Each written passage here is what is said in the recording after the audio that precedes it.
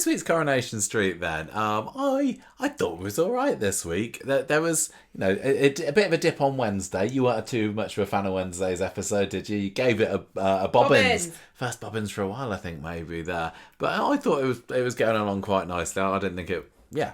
No. I'm fairly happy with how it's gone, even if it wasn't as big as last week's Who Done It. We didn't get anything in the way of flashbacks or I was kind of expecting every episode we'd get a flashback. Every episode we'd get a new suspect until that picture in the police station was complete. But it seems like they're eking it out for us, keeping us on tenterhooks for a bit longer. It's frustrating because one of the criticisms that always happens when people don't like a story is not only do they not like the story, but they will always say it's dragging on too long.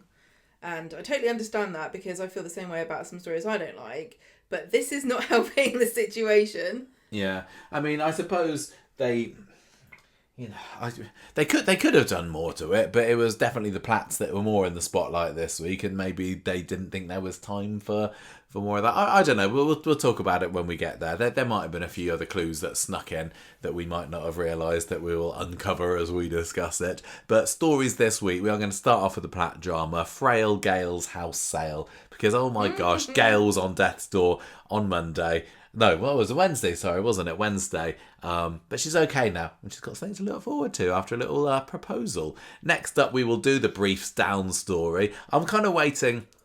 I don't think I mentioned this on last week's podcast, but if we had, as part of this story, Kit doing a runner somewhere, it'd be called Kit Off, Briefs Down. And then it'd just double up. Yeah, there you go, I guess.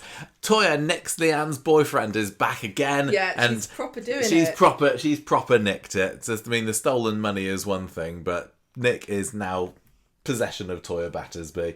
Well, secretly. Secret possession.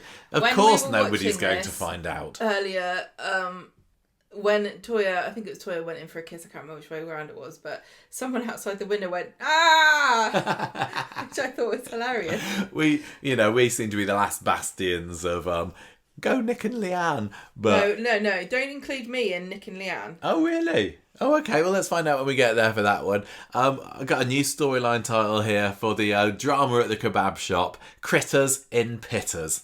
Quite like that one.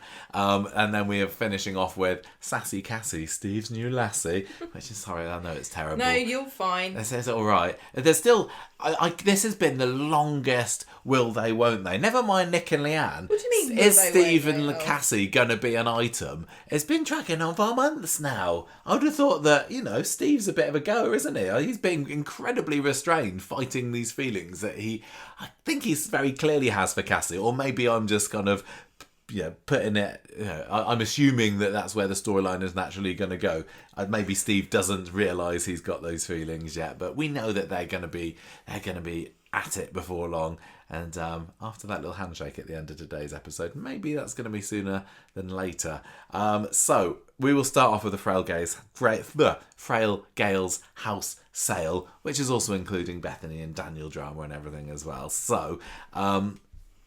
If you remember from last week, Sarah had lost her keys, and we saw Logan picking them up. Well, we saw that he had them. This is who that is? This is definitely Logan. How do you know? Well, one, it looks like him, and two, the actor who plays Logan, whenever this mysterious hooded character is appearing on the screen, he's putting something on his Instagram story. So it's 100% him. But we've still managed to have this character on for 2-3 weeks now on the show, and we've only had a handful of lines. We don't really know at all what he's like, but it seems like he is.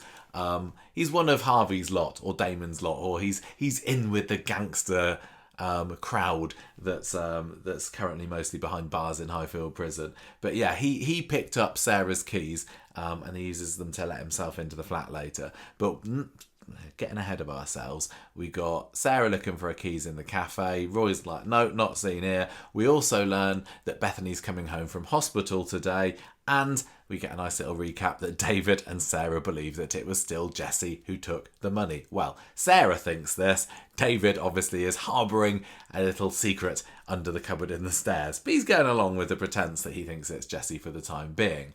Next up, we got a scene in the salon. I don't remember when the last time that we saw that one was, but David's there with Audrey, updating her on everything going down with Jessie and Gail. Audrey can't believe how Gail still hasn't learned her lesson after a string of bad men. Sarah's just as bad with her gangstery lot, and Gail, she says, oh, she's always been a fool for love and she won't change now.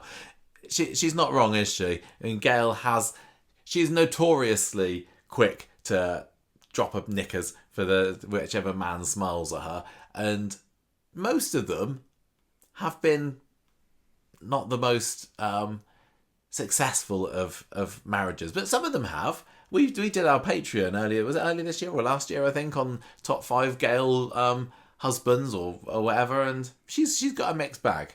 Yeah, but she's always on the lookout for more. She doesn't mean to. But do you think that? I know that storyline dictates that having children being suspicious of parents' new partner is, perfect recipe for drama. But is Jessie being unfairly suspected? Is he being maligned without really deserving this? I think it's perfectly natural. I also think that they haven't really examined this, but there's always going to be a bit of a tension with a new partner for an older parent when the children are growing up and they have their own children and they're starting to think about their inheritance. And you can tell me whatever you like, but I don't believe for 1 minute that those kids aren't thinking to themselves, Jessie's not getting that money. Because the thing about it is that not only is Gail closer to death, closer than perhaps she thought she would be at the beginning of the week, therefore closer to giving her money to the children, but also Jesse's he's closer to also not earning anymore, and they're both going to be perhaps on their pensions and whittling down the inheritance. Yeah, I mean, I don't think that Gail I know it's really cutthroat to say, but I genuinely think that's where a lot of the tension comes from. And this is all about money too. They're not really suspicious of his intentions towards her romantically. Then they haven't sort of questioned, they're not saying, you don't really love my mum, or I don't know how long you've met her. They're just all really concerned about money, aren't they? Because they're in a situation where money's really important to them because of Bethany's situation. I think it's fair that after so many failed partnerships, marriages, they might be a little suspicious. They know that she has a pretty terrible taste in men. But like I said, Joe McIntyre, I'm not going to say there was... he was a fairly nice chap. He just went off the rails. Yeah. Was it this week's episode that they listed the failed suicide and... she started. You got Michael Rodwell. Oh, they did mention it this week because they talked about the going backwards. Then, the fake burglar. Michael Rodwell. You got Richard Hillman. Now clearly he was the wrongest of the wrong uns. Martin Platt. Gemma here doesn't like him, but on the whole, he wasn't such a bad lad. You got who else was there? Did we say? Who have we missed? Well, Brian obviously at the beginning. Yeah, Brian and Latimer. He was the Australian. Oh yeah, Ian Latimer, yeah.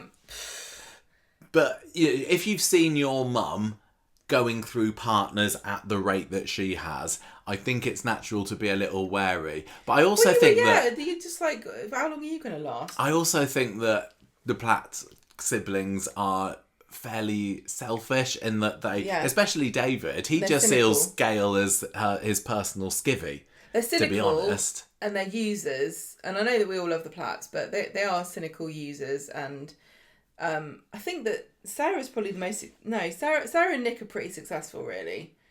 But David, I don't think is.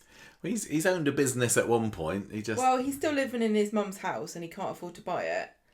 The fact that you're right. The fact that he's still living there at this age. And no, I mean it's realistic from the point of view of they're supposed to be working class people, and I don't blame him for being in the situation he is. I think he's of all of them, he's the most realistic because genuinely, I don't think Sarah knows what how to have a job. I don't believe for 1 minute she does anything in that factory. I think she's too thick.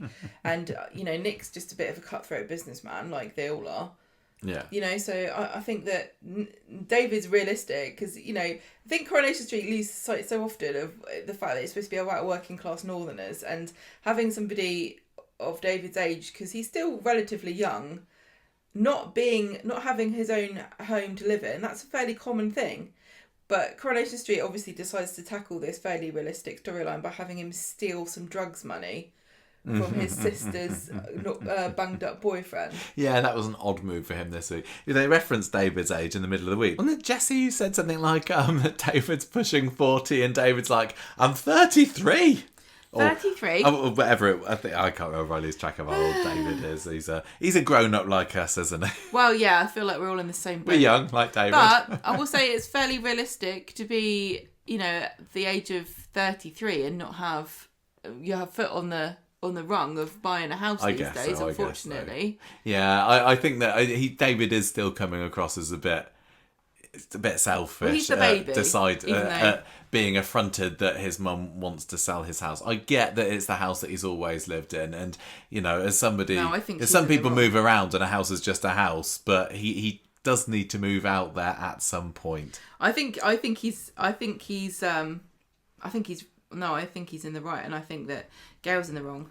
Well, David did own the house at one point as well, didn't he? There was a spell when he owned it, and then Gail ended up buying it back off him. So I guess in the back of his head, he always thought, but why doesn't he have the money from that? This is kind of mine. I don't. You cannot track the finances of any character on this street with any regularity. It is really. But I just from the perspective of what. See, Gail's thrown David and Lily and Max and Shona under the bus for Bethany. Yeah. She really has. Don't tell me this was the only solution to the problem, because I firmly believe that it wasn't. She did it without consulting anybody else. And now she's made literally half of the Platt's homeless because she doesn't have anywhere to live either. I do think that Audrey has got a lot to answer for, because I'm sure that Audrey could have stumped up a little bit of that cash.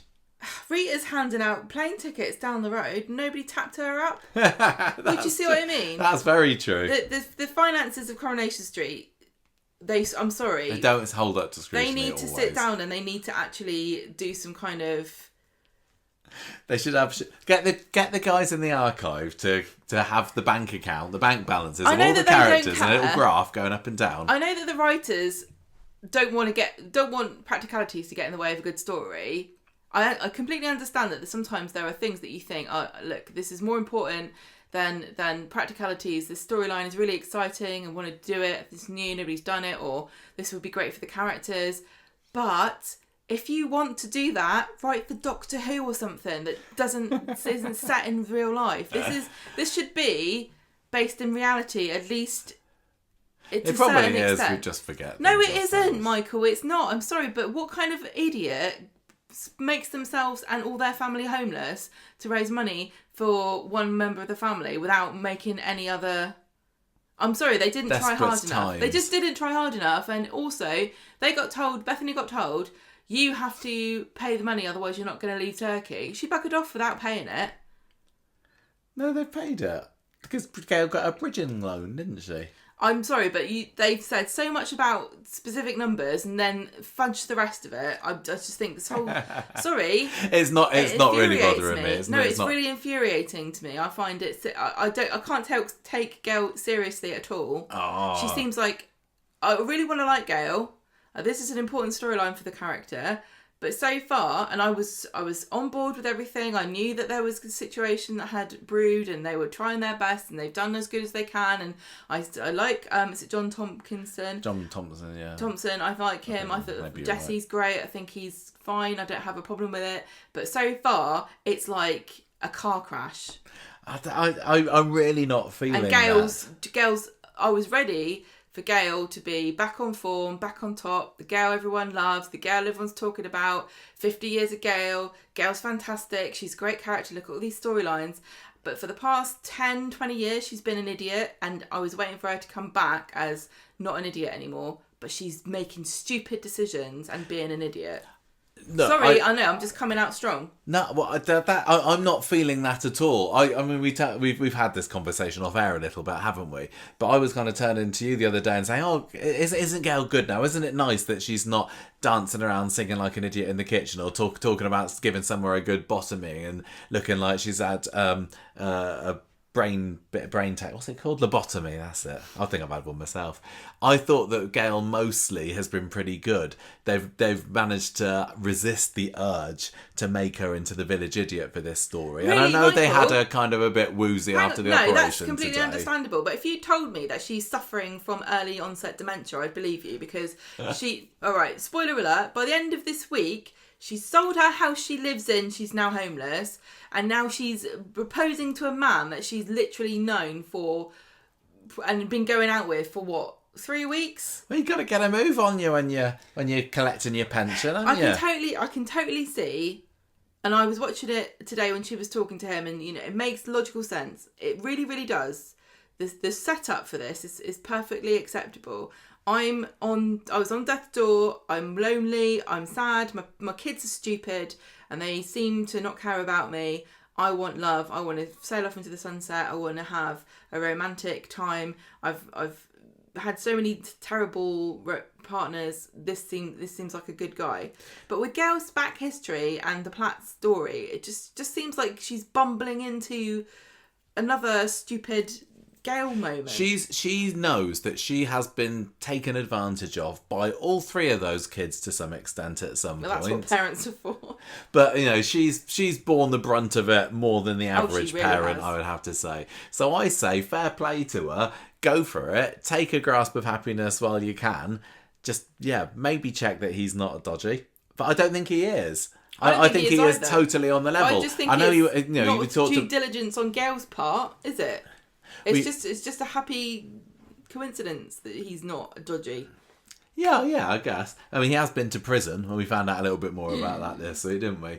But no, I think that you go for it, Gail, and I have been enjoying her, and I think that David. I understand that he's going to be a bit upset by it, especially that all the money's going to Bethany, and there are possibly other sources of income. And I hate to say this too, because Bethany doesn't deserve what happened to her, and I've been on the side of it's got no relevance at all how she got there. She still needs help, and everyone should, I feel medical stuff is bad enough without having to pay for it. But she's the youngest member of the family, so in theory, she's got the rest of her life to pay this back. Well, maybe she will. She bloody won't give Gail the money back, will she? Top journalist. Well, look, let's get on with it, otherwise we're never going to get on with this. So, speaking of Bethany... I protest against the storyline. I know you do. Well, you're not the only one. I'm registering my disgust. I am... I don't like to be like this about it. Positive about it. Just to be clear, I don't like to be like this about it. I know that everyone thinks I love to moan, but in this case, I was super, super on board. I wanted to be rah-rah-rahing. I wanted to be a cheerleader for this. I wanted to be saying to everyone, no, this is great, I love Jessie, I love Gail, it's brilliant. No.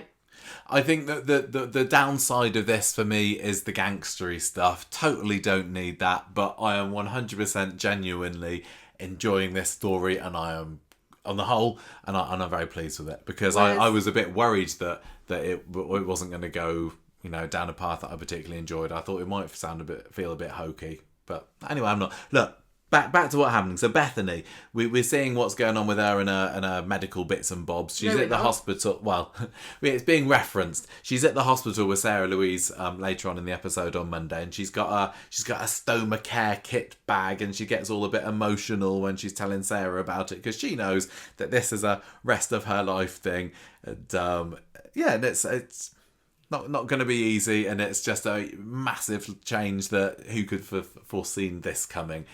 Sarah gives her a hug, and while she's hugging Bethany, Damon's trying to call her, but I think she doesn't talk to her there, does she? So Sarah says to Bethany, look, you got your whole family by your side. Daniel's looking forward to seeing you later. we're all going to support you. He's looking forward to Lovely. celebrating the anniversary of his wife's death with you on Friday. Yeah, exactly.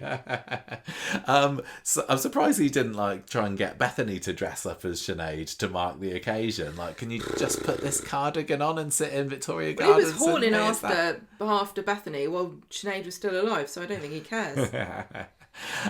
So Bethany's left alone in the flat later on Monday. Sarah realises that the potatoes that they've got in the cupboard are sprouting a little bit too much, so she decides to get some fresh ones. We got a lovely cupboard cam, didn't we? Yeah, we did. We're seeing inside a lot of people's cupboards and fridges recently on Coronation Street. It's a good opportunity for us to pause and catch the details. Oh yeah, I love looking in people's fridges.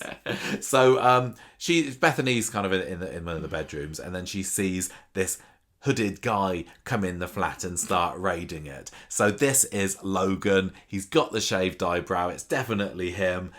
I think it's still supposed to... Well, nobody knows so far. Nobody even knows who Logan is apart from Stu, and he's bogged off to Germany now, hasn't he? So it is him. It is him. This is Mason's brother. Well, you're saying this very confidently. It is. I told you it's definitely him. But they don't put it in the script that it's him. But he's saying, "Oh yeah, what? Yeah, script." They didn't put it in the script. What was he supposed to do? Come and go to Zai, Logan. It's Logan to base. Logan to base. I have infiltrated Red Bank Towers. She doesn't realise it's me.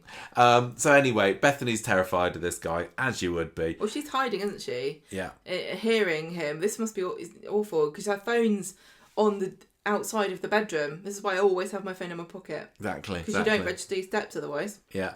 So Damon, meanwhile, has finally got hold of Sarah on the phone and says to her, "Look, you could be in a lot of danger here. Someone's come to turn your flat over.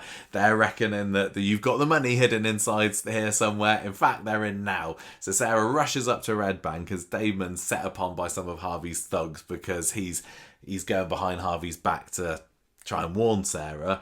Bethany, meanwhile, is trying to make a run for it. This Logan chases after her. Sarah finally makes it into the flat on time, and Logan does a runner. So, drama. Red Bank Ninja, there you go. Sarah finds the keys dropped on the floor, so that was just a way of showing to the viewers, yes, it was him. And also says to Bethany, "We can't phone the police on this. This is all tied up in my dodgy gangster business that we just need to keep between ourselves." Is that okay, Bethany? Fine, great. So she tells her about Damon's phone call, but they don't get too far into the chat before Daniel comes up, and Sarah tells him everything that's been going on. So Daniel, poor guy, he's had a bit of a rough time with his relationship with Bethany. He goes over to Turkey to look after her, gets sent back home to England with a flea in his ear by Sarah, back together with her, and now he's in the middle of some mess of gangster plot. If I was, it shows that he really must love her, otherwise he'd be over the hill and far away by this point, because this family seems to be bad news. But he tells Bethany, "Look, I do love you. Stoma doesn't change anything. I'm here for keeps." Lovely. So Sarah next goes to see David, tells him what's happening, utterly terrified about being in the middle of this massive Weatherfield mafia plot, and she gets a phone call from somebody saying they want the money back, and Damon's not going to be able to warn her next time, and Sarah's like, I haven't got the money, what am I going to do? So David, I think at this point, I don't think there are any clues that he had the money, were there? You saw that some people online had been theorising that David was the one who'd taken it. Yes. But I don't know what people had picked up on. I wouldn't have. Yeah, people picked up on stuff that I didn't notice, which is great. We'd obviously seen David had been doing his sums and trying to figure out a way to get the flat, but I certainly didn't pick up on that one. So well done to the people who did correctly predict that one. Yeah. Sarah goes back to the flat. Daniel says, "Look, you need to stay. We need to stay at Gail's house tonight. We need to stay at number 8." Bethany's like, "No, we'll be fine." Sarah says sorry to Bethany for roping her into this, and Bethany's like, "It's all right, not your fault." So that was just a little mini drama there, really. The big shocker comes at the end of Monday's episode, where David's rummaging around in the cupboard under the stairs. Another cupboard cam. Yeah, another cupboard cam. I appreciated how they had that pink leopard skin throw that for years adorned the back of the sofa in the Platt's lounge. It's still neatly tied it away there for maybe when winter gets into earnest and they want to snuggle up under it. But among all the bags that they've got in there is a holdall, which he opens up and it's full of cash. He's the one that's taken the money, and he's a little bit worried about it because probably he thinks that they might be on to him next. Yeah. Well, not only that, but he doesn't know how to sort of say, here's my money. You got to launder it first. Yeah. Well, he did talk about that on Friday briefly, didn't he? Because Jesse was saying, well, what are you thinking? And he was like, I was going to try and find out a way of laundering it. What would David's options for laundering the money? Putting it through the salon, I suppose. Yeah, he works in a salon. That's like a really great place to do it. I wonder whether they are actually going to go there, because it doesn't seem too long ago since we had the money laundering storyline at Speed Daal. There's only so much exciting drama you could have with somebody trying to launder some money. But you got to pay tax on it. What? Yeah, what? But if you put it through a business, you have to pay tax on it. Yeah. I'm still. I don't know how this could have actually worked.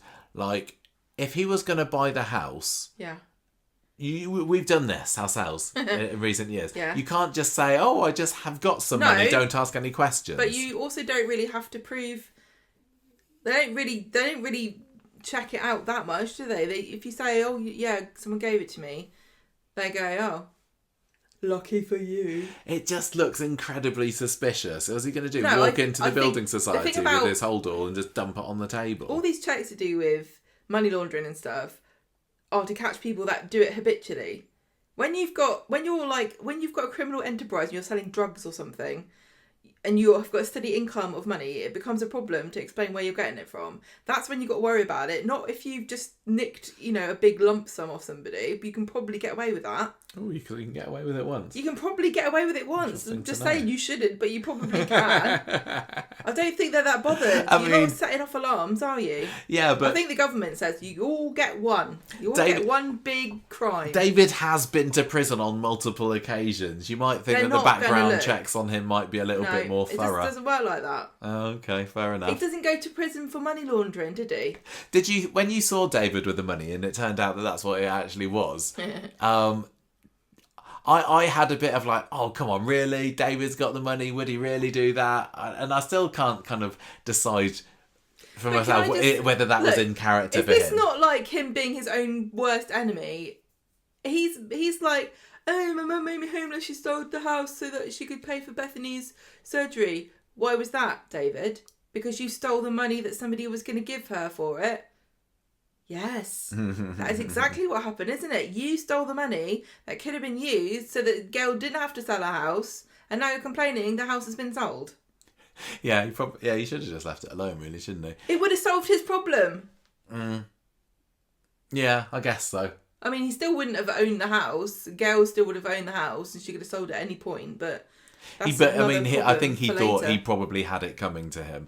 I guess if Gail had, died at some point, and then would she have left the house just to David, or would she have split it 3 ways? Well, no, feels she's going to split it, surely. Sarah's got her own play. Are they renting Red Bank or do they buy it? I don't remember. Nick's fine, exactly. But that's not fair, though, is it? You're still all equally entitled. But this is why this is why it all goes to hell. Well, especially with a family like the Platts. Yeah. They are, when Gail finally does shuffle off this mortal coil, it is going to be a massive fallout there. They're going to be the sort of family that's immediately down the house with the keys, bringing out all the cutlery and china. I can totally see it being a story where they do leave it, or some quantity of their will, to one family member, and they'll have a very good reason for that, and the other two will just converge in on them and go, I say just leave it all to Lily for a football scholarship. So I think that I would have thought that David would be a little cannier than to do what he's actually done. Stash a bag of money under the...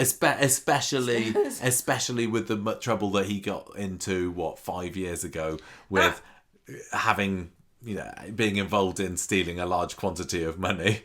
That cupboard under the stairs has never been more used than it has been this week. No, it hasn't, has it? Yeah. Anyway, so that's where we're left to on Monday. He's feeling a bit stressed out. But I mean, he did say to Jesse on Friday, it was a spur of the moment thing. I wasn't thinking. Well, I could maybe get that. Then think about it later. That seems like a good plan. If David had gone in there, if he just kind of thought, what if I take it? gone and done it and then had immediate regrets. Yeah. Maybe that does make sense. That is a David's David thing to do. David's canny, but he's not bright, if that makes sense. Well, he also likes the risk factor. Do you remember this? Do you remember the story after? Was it after Thingy died? What was her name? What was his wife's name after Paula Lane? Oh, Kylie. Kylie, thank you. After she died, he had this story where he used to go and poke the bear and get chased by scallies down through Weatherfield, didn't he? And I can kind of imagine him going along with the thrill of having this money and then having huge regrets about it afterwards. But yeah, he had the house that he wanted to buy, so I still think he's a bit of a silly bugger for doing it. Anyway, Wednesday comes along. David gets a visit from Sarah. David's on the laptop, obviously doing his dodgy business, closes it down. She still wants to talk about Jesse. She is convinced that there is something off about him. Like, why did he go to prison? Has he stolen the money? David's like, let's not talk about the money. Let's talk about why Jesse is even here. Why Gail? Why on earth does he want to go to be with our mum? Does he know her? They kind of have a chat about what on earth could make Gail a cat, which is all quite funny. Shona joins in as well. I don't know whether they agree on it, but the idea of maybe it's just because she's good at ironing that comes along. Sexist. So, in the cafe, Carla tells Shona and Gail that she's put an offer in on the house, and David's like, well, actually, Carla, we're buying it. Actually, the bank's agreed to 100% mortgage. And Shona's like, brilliant. Carla is somewhat sceptical of this, but Shona just thinks it's great that they're going to be homeowners at last. I'm confused because you don't need a deposit if you have a 100% mortgage, and you don't need the money that you stole if you got a 100% mortgage. I don't know. Whatever. Carla's like, I don't believe you. Back at the house later, Sarah tells David that Jesse's gone out for a walk. Oh yeah, that was basically it for that scene. I didn't write anything else with that. There might have been something, I'm not sure. Gail's back again later. So, this is the first time that we've seen Gail in a couple of weeks, hasn't it? She's been hiding upstairs or at Jesse's house or something for the longest of times. I'm wondering, are we out of reshoot territory now? Is this first time round for these scenes? What do you reckon? Did you get that feeling? Yeah, I think this feels like they've gone through the worst, and now they're putting together the story that they've had to piece together. And again, I'm never going to be able to watch this without wondering what the original story was going to be and how different this is. And at what point is it just going to be exactly the same outcome, if at all? I still think that it's largely following along the same story that it would have done if Martin was here. I don't think they could have really rewritten it to a huge extent. Yeah, I mean, the stolen money thing, would Martin have been suspected of that? They've got fairly flimsy reason why they suspect Jesse, to be honest. All they had to do was have Martin turn up and there's some line about him needing money. Yeah, exactly.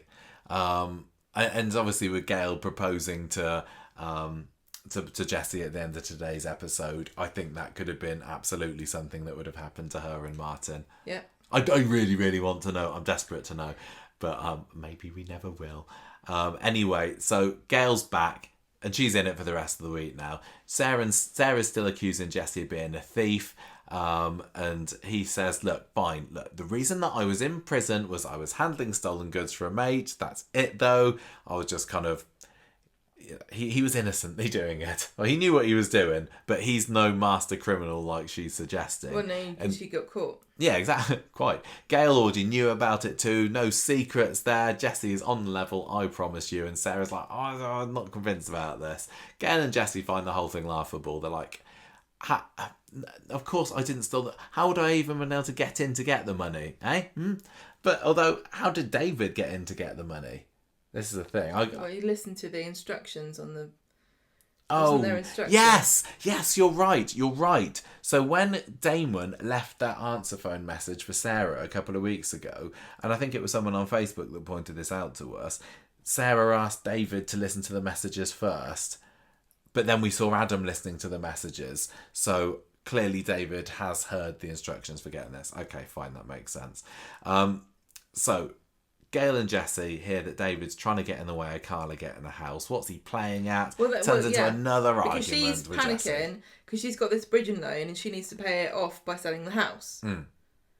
So then she just wants a nice clean sale. Now, she doesn't know at this point, does she, that it's David that's trying to get the house? I don't know. I get a little bit... This was a bit confusing. Get a little bit confused with all this. It's all the money matters. I'm not really following it, but it doesn't matter. Sarah's still hanging on to the fact that Jessie may have stolen the money again, and Gail is getting more and more upset by this. The family's at war. She thought that she was onto a good thing with Jessie here and had a possible happily ever after with him, but the family just won't let it drop that maybe he's the master criminal, and she tells them, right, get out, leave me alone. They all go, Jessie included, and Gail is left alone in the flat to clutch her chest.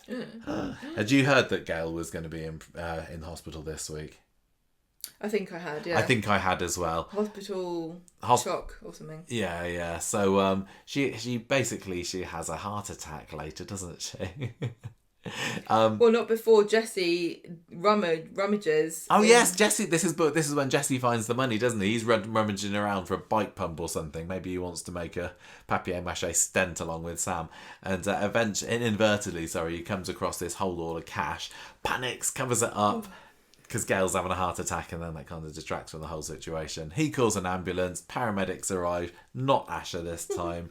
They check her over, and poor Gail, she's there going, I think I might be having troubles in my chest. I think I'm having a heart attack. And they're like, yeah, I think you're having a heart attack, actually. And, poor Gail, I did feel sorry for her. I wasn't at all worried that she wasn't going to be absolutely fine. But, it's a scary situation. In the pub, meanwhile, David and Sarah are there, blissfully unaware that their mum's at death's door just across the road. So David's still trying to tell Sarah that Jessie's about as threatening as a custard tart, which I thought was a good line. And then Carla comes in, having seen the ambulance, and says, look, your mum's being wheeled on in a stretcher there, you probably best get out. So Gail's in hospital now. It gets quite intense. She actually goes into cardiac arrest, doesn't she? It was, they kind of did drop being the bill for a bit this week, and they were full on to casualty mode, weren't they? Yeah. They're going around all the semi-soaps, and Gail's there at death's door on the stretcher. They're trying to give her heart palpitation. No, well, not heart palpitation. She's already had those. Chest compressions. That's what I'm thinking of. Jessie's emoting in somewhere at the door, and so they're bringing her back to life. Crikey. What happened? The Platt kids arrive at the hospital later. They hear from Jessie what's going on. Apparently, the ECG has shown abnormalities. It's not done a brain scan or anything. There's something wrong with your mum. It's like, we know that for years. No, they're saying there's something wrong with her heart. And Jessie's trying to calm down all the bickering and saying, look, this is too much. Have I caused this? Maybe this little romance that we had in Thailand should have stayed in Thailand, because I've shown back in your lives and now Gail's almost pushing up the daisies. So things have calmed down a little bit later. Jessie's saying, we need to do what we can to minimise the stress in Gail's life. Send her off to some other I don't think there's any way that she's going to avoid stress if she stays around on this street, I tell you. Doctor comes over and says... Does she even have a job anymore? I don't think so. I think she's a lady of leisure, which should be relaxing, but clearly not. I mean, how could it be when you've got David, Sarah and Nick as your kids, honestly? And you got Max, possible suspect for murder as well. Doctor comes over and says that Gail's got a blockage in her left coronary artery. They're going to need to widen it and insert a stent. And I think that there's some kind of racket going on with the stent people here, because this is just what Roy had happen to him last year, isn't it? Just repeating the same story. My awareness can only be erased so far. I know what a stent is, thank you very much. Although I was surprised later in this week where Sam had to be told more about it, because I would have thought that, when his mate Roy, wouldn't he have known what it was from then? Never mind, don't pick apart it too much. My favourite part of this scene was when the doctor said, are you the family? Come over here so I can talk privately. And then stood in front of a man who was earwigging furiously about their private medical information. Maybe he's one of Harvey's hospital cronies. Maybe. And he's going to take it back. use it in nefarious Well, means. anyway, she's fine. Anyway, look, Gail's all right. They're going to have to keep monitoring her, but she lives to bottom another day. Whenever people say something like, "Oh yeah, this is very, very stressful. You're gonna have to, it's very serious. You got to avoid stress from now on," that would set me off. Like, you can't believe I'd be dead in a week. Well, it's a don't think about pink elephant situation, Yeah. isn't it? It's like, I can't help but be stressed. Yeah. If you're stressed, you'll die. Jessie finds David outside the hospital on the bench later, and is like, "Oh, you notice that safe store place just in the background there? That's where we stole the money. That's where you stole the money, isn't it?" No, just if you're interested. Yeah. So that car park now, that Coronation Street staff car park, is now Freshco's car park. It's the lock-up car park, and it's the hospital car park, 3 in 1. Amazing. Which we did see it, didn't we? As the lock-up when we went there. There was a couple of things on Coronation Street this week that we saw when we went back in August when we went on the tour. And yeah, the what was it called? 365 lockup or 365 store or something like that. Yeah, that was all set up when we went to visit it, and it was the building that they had used as the Weatherfield Halal set. Warehouse. That's it. From when Ken and Stu raided it a couple of years ago. Yeah, just a general, exactly. So we've been sitting on the knowledge that there was going to be a lockup for 2 months now. God, what hot spoilers we have! I know we just wait until we heard what happened, what we've known about for the Chesney storyline. Yeah, I tell you, we help you out by not telling you these juicy secrets. Yeah, it would have completely ruined this week's episode if we'd told you that. Wouldn't it? So anyway, they're on the hospital bench, Jessie and David's blaming himself for all this. I've really enjoyed David because so often David is a act first, think later, or make a snarky comment, doesn't care who it hurts. He really does seem to be quite shameless, and that's something that a lot of people really like about David. I certainly do. The fact that he just says what he thinks and he does whatever feels good. But it has been very refreshing to see him feel guilty about something and show that he does have a bit of a conscience in there. He is somewhat of a rounded character. I mean, he's David Platt. He is one of the ultimate Coronation Street characters of all time, especially of modern Coronation Street. So of course he's a rounded character, but I did appreciate how he's, he's owning this mistake that he's made, but he's still not up for talking to Jessie about it really on Wednesday. Jessie says, "Look, anything you want to fess up to, David? Any guilt in that noggin of yours? Any mysterious bags? Any cash-related confessions you want to make at the moment?" David doesn't want to open up to this. He says, "You're not family, and if you're looking for my confession, you're going to have to wait." So David doesn't know at this point that Jessie knows about the money. Jessie's trying to... I've really enjoyed Jessie. Did you say you've been enjoying Jessie as well? I think he's decent. I think I like the actor. I think that as far as selecting somebody from the past, they did as good a job as they could have done. He's age appropriate. There are very few characters that aren't already dead or been run through by the women of the street that really also are available for work. So the fact they got him in, I think that's great. I think I'm glad he's there. Nobody would have picked him, and I must admit, when I heard Jesse Chadwick, like everyone, I was like, "What, really? Is that the best that they can do?" But I hadn't remembered much about what he was like other than his General Custard outfit. But I've really enjoyed him. He's a really likeable chap. He's more decent than the Platts. For a start. Start. He is. He's definitely on the level. And he's not really like he was before, because he was a bit of a coward, like mummy's boy. He was a little bit. But I think 15 years worth of character growth would bring him to the place that he is now. Maybe the parrot was a bad influence. I love how John the Parrot has kept getting referenced throughout the weeks. I know they still haven't mentioned the fact that he was not a clown, but he was he was not a cowboy, he was a clown. But David keeps bringing it out that there was one line where they're wondering how Jessie managed to get hold of this money, and David said, "Oh, did the parrot leave you all the money in the will?" And Jesse's like, "He flew away." I appreciate the references. I hope that there's more to the story. It'd be funny if there was. Like... I don't know. I think I prefer it as a bit of a mystery story, like what happened to the parrot. I think if we found out what actually happened to John, it'd just be a bit of a disappointment. Probably. Yeah, it'd just be, he did just fly away. But yeah, so great stuff. Jessie, I think, is doing a really good job. Yeah. And I think that I'm buying the relationship with Gail, despite the fact that it's fairly rushed. The one thing that I wanted when we heard that he was coming back is that they would be able to do one of these quickly likeable romances like they did with Seb and Nina, for example, with Addie and Kelly. They've done that here. I do. I think I am buying Jessie and Gail as a happy couple. Okay. No, tell me. I just think it's funny how Jesse at one point was shouting at the Platt kids, and he's going, "Your mum suffered with you, having to listen to you. You've been ungrateful your whole lives. You're all awful children." And you just know that this is just Gail. Probably the moment she met him in Thailand, did nothing but complain over and over again. And instead of going, "God, this woman's a joyless nut job. I don't want to listen to any more moaning about her kids," he sat there going, "Go on, Gail, tell me more. What did Nick do next? And then what did David say? I can't believe it. And Sarah? Yes, she sounds stupid too." Yeah. You know, like he's obviously just been enthralled by these tales of how she's been wronged by every Platt that ever lived. And so watching him defend her, it was quite sweet, I guess. Yeah. But well, we also had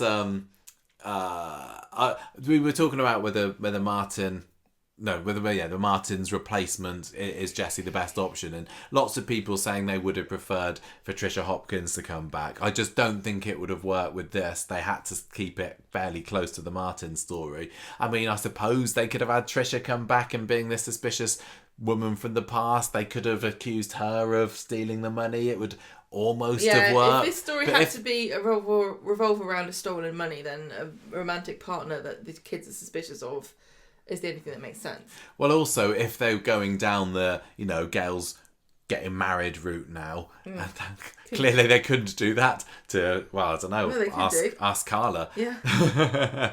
But I think that I was a little sceptical at first, but I am all in on the Jessie Chadwick being the Martin replacement. And actually, with this proposal at the end of the week, I think if it had been Martin and it had been ending with, "Oh, Martin, will you marry me?" again, I'd have just been like, "No, Gail, this is the guy that cheated on you multiple occasions."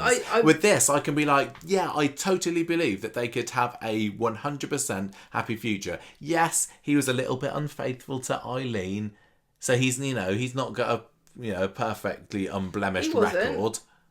What do you mean? Eileen told him to do one, so he tried to kiss Julie. Yeah, but he thought they were broken up. He is certainly not. As far as I remember, he's not had this. Martin was having secret affairs. Martin for is months. An awful human being, wasn't he? There's no need to talk about it anymore. Yeah, so I can totally believe that Gail and Jessie would live happily ever after.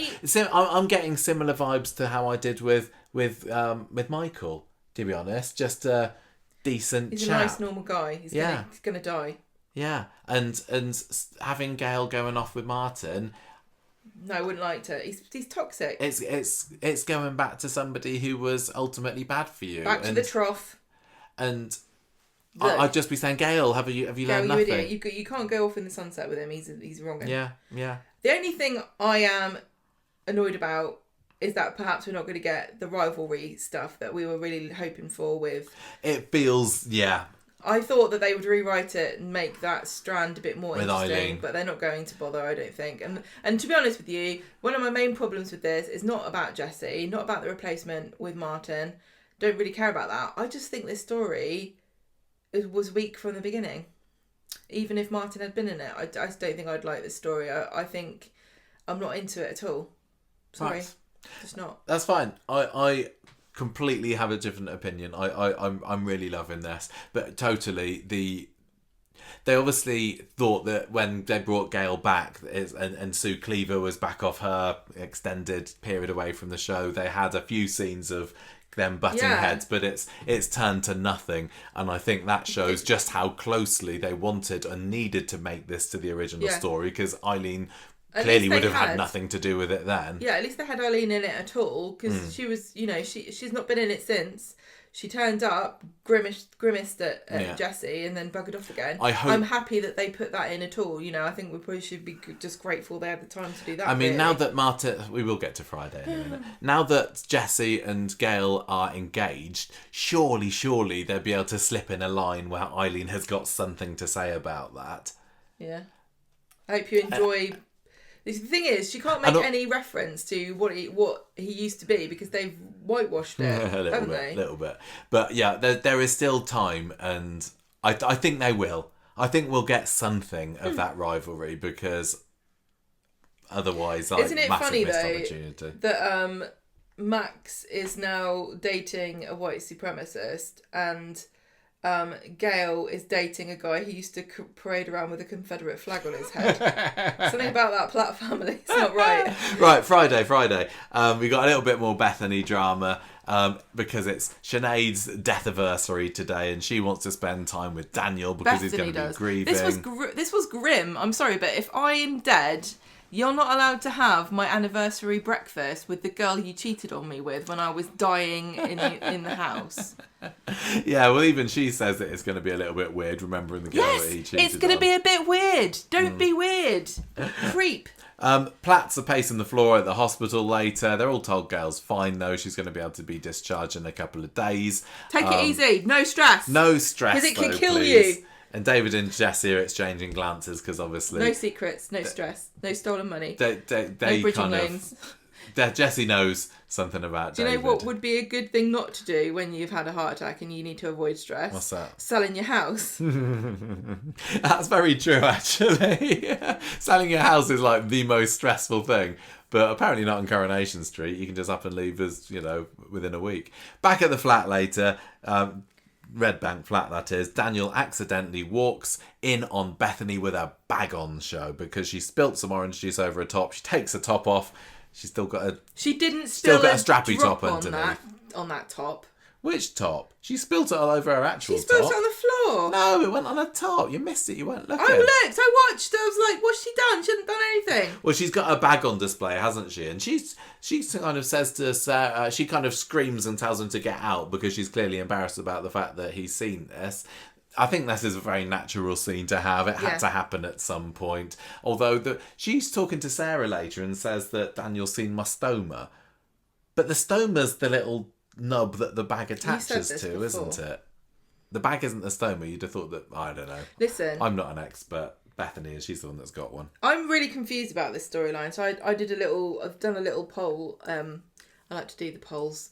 It's not got a significant enough amount of people to make any real conclusion from it. But really what I wanted to know was, before you watched this, did you know what a stoma was? And it seems like most people, about 80%, yes, I did know what a stoma was. And then I said, if you didn't know what a stoma was, have you learned anything about what a stoma is from watching this?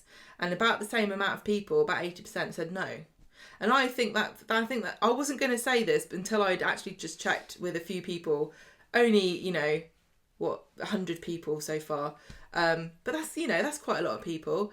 I didn't want to talk out of turn, but I just don't think this is really explaining anything. And what's the difference? I think give it time. What's the difference between raising awareness and explaining things? And how much did we really need to have it explained? I think perhaps this is just a story about somebody who's living with it, and they're assuming you already know. I think that the body confidence issues, and there's going to be intimacy problems between them. I know, but I just wish that they'd done a very, very basic, just in case you didn't know. But, I'm looking at this poll result and seeing that 90% or 86% now did know already. So perhaps it's not necessary. Perhaps there's enough people actually do know what one is that you don't need to explain it. Maybe it's more common than I thought. Maybe. But as far as raising awareness of it goes, I don't know. But this is more of a case of representation than awareness, isn't it? It's like... Yeah. I'm sure that Bethany will go on to have a fulfilling, completely normal life, almost life. as if she didn't have one at all. Exactly. But it's natural for her character to have issues. I like what they're doing with this. I just wish that there had been a few more scenes about, oh God, this is what my life. We've had her saying, "Oh no, my life is over. I've got to do this forever," but she hasn't said what this is. No, give her time. She's only just got out of bed from the hospital, and Gail's got the drama when are they going to explain it then? They're not going to do it now. I think that they still might. I think that. Do you not think that the cats, the cats left the stable? Do you know what I mean? Why wait a month after it's happened for her to say what it even is? If you're interested, you've already found out yourself. Okay. Can you not see what I'm saying? Yeah.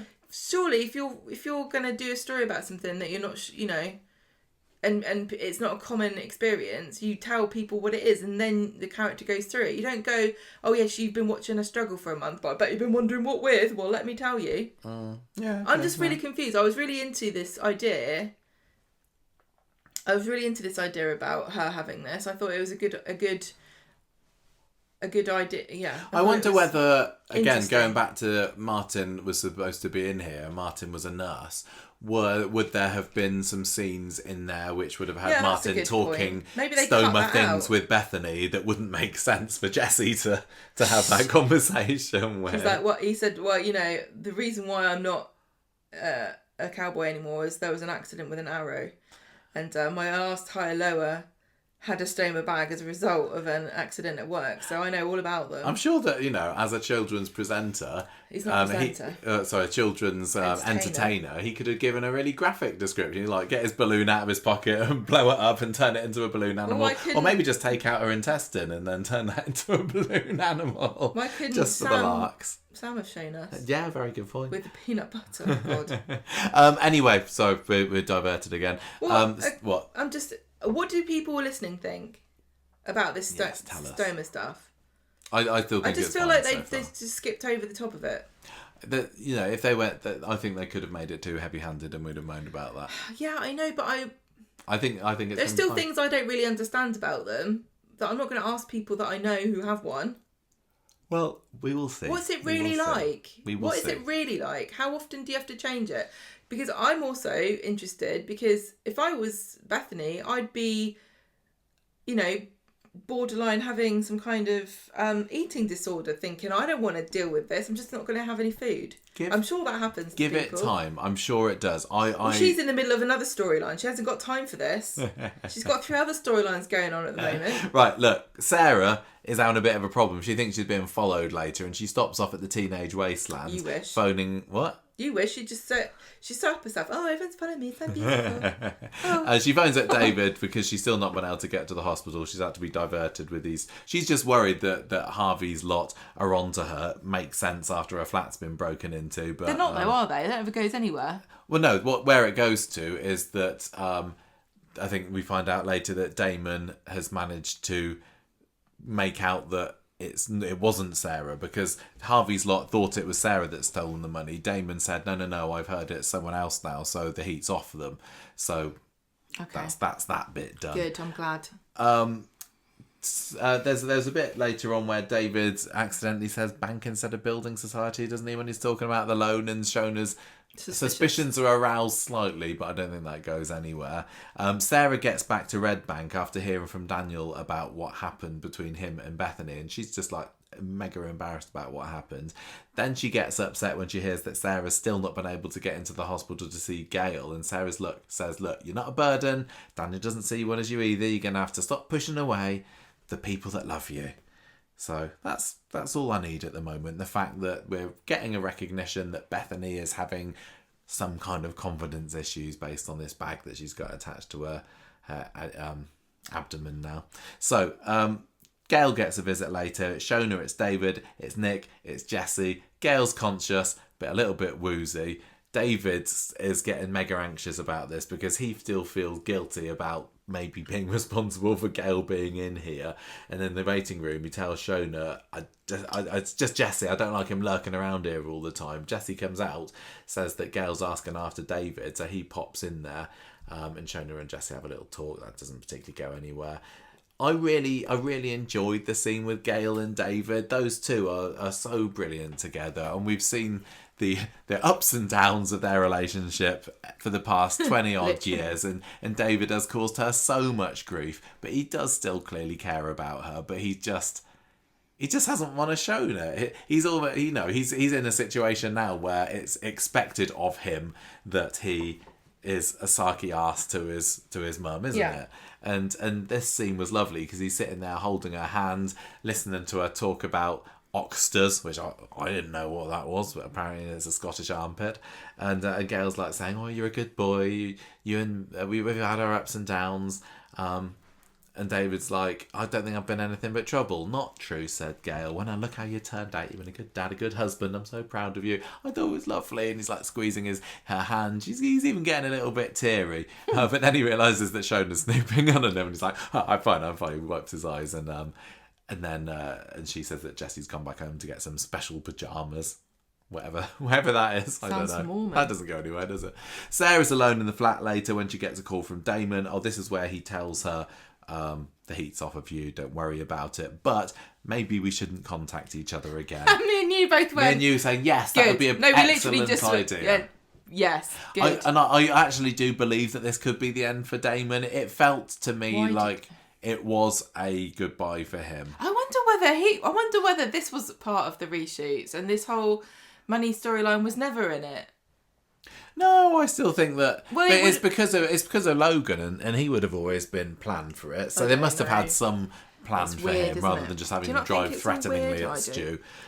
So yeah, I think it was just a little cameo from Damon, and I would be perfectly happy if we never saw or heard from him again. What? So David gets back to the house later, checks under the stairs. Where's the bag? Money's not there, and Jesse's there behind him, holding the bag up, saying, "Looking for this." So he's got in there first, and the cat's out the bag, but the money's not. It's still in there, apparently. The parrot's flown away. And David's like, "I'm sorry, I was in a bad place when I took the money. I didn't mean for any of this to happen. I just felt really mad at Gail because she seemed to care more about Sarah's family than mine." He says, "Don't tell my mum." And so he and Jesse make a pact to keep stum about this. And Why couldn't Sarah have taken out a loan? Why couldn't Sarah have sold her house? Why did Gail have to make David homeless to pay for Sarah's daughter's surgery? I can't remember what the situation is with Sarah or Adam or who owns that flat at the moment, whether it's even rented. They didn't even look into it. I'm not going to let it go. I'm always going to be shaking my fist, like wagging my finger about this. We get another Daniel and Bethany scene next in Victoria Gardens. They have a bit of a kiss. Everything's fine. I'm just happy for everyone who works at Corrie that they clearly get paid so much money that they can't understand what normal human beings have to go through when they can't lay their hands on cash for something. Because I know this isn't true. I know that people who work on this show are totally normal people, get paid normal amounts of money, but it just seems like this show does not understand money. It's like it's written by Martians who don't understand the concept of currency. Well, we certainly find that out with the Joseph storyline later, don't we? But wait for the Gemma rant on that. David... how does it end up like this? Gail go back to visit Gail later... And, Jessie goes and visits Gail. What did I say? It's a Gail. Jessie goes and visits Gail, thank you. And she proposes to him. She says, "Oh, when I was dying there, when I was having my heart attack, my whole life flashed before my eyes." It's like maybe she got picked up on a repeat of the Gail and me 40th anniversary. I don't know. But couldn't have been that one because she said that you were in it, Jessie. The happiest things that I could ever remember in my whole life were us together in Thailand. Marry me. Maybe there's really good pad thai or something. She's had happy times. Surely Jessie is not the best thing that's ever happened to Gail. But anyway, everyone else is dead. That's true. So she's proposed to him. Then you get a little bit of Sarah turning up, telling Jessie that Damon's managed to take the heat off her for now. Isn't he nice? Well, this is an important development because by telling Jessie that Damon's move the eye of suspicion away from the Platt family, it means that they can now keep the cash without worrying that they're gonna get found out. Yeah, basically it is. Well, Jessie says, do you think it was this guy that took the money? oh no, do you think it was me that took the money? And Sarah says no. So good. Yeah. David pulls up outside the storage place later, and so the idea then that he was going to be like sneaking it back into it. Yeah, this could have been cut, this scene. Yeah, I mean, he goes to this place to return the money, and then he bottles it because somebody's there. There's somebody there, yeah. So I don't know if this is going to come up. Like maybe later they will come after him because they recognised him, and why was he there? And they'll put it together that he was going to return the money, even though he would never be able to work that out. Yeah, I mean, he could have shown up on some security footage or something, maybe. I don't know. Anyway, so he goes back home, sits with Shona for a bit, and Shona is apologising to him for putting pressure on him to buy the house. And David just about to confess to Shona about the money. He says, there's something I need to tell you, but then Jesse arrives home and he gets David to one side and says, look, let's keep this as a secret between you and me. Don't tell anybody else, and especially not your mum. Yeah. And so David agrees to try to get the other kids on Jesse's side in return for his silence. Yeah, yeah. I want to know how much was in here. How much was in this bag, do you think? Oh, yeah. It's tens of thousands. I can't remember what they said. I'm sure we've been given a number, but I don't remember what it was. Jesse's back with Gail later, keeping her on tenterhooks after the proposal. Yeah, let me think about it. And basically the episode ends with him saying, yes, I'll marry you, and they have a nice kiss. I thought it was lovely. Like it. Gail's going to add another surname. Yeah. Most people have notches on bedposts. Gail's just got surnames on the Gail on the certificate. Chadwick. Gail Chadwick. Sounds alright. Yeah. It's not like a name for the ages, is it? It's funny that I guess, I know she wasn't. Platt was her third surname in the show. I know. But if we'd have ended this year with Gail being Gail Platt again, everyone calls her Gail Platt, don't they? She's commonly known as Gail Platt, especially to the non-Corrie watching people out there.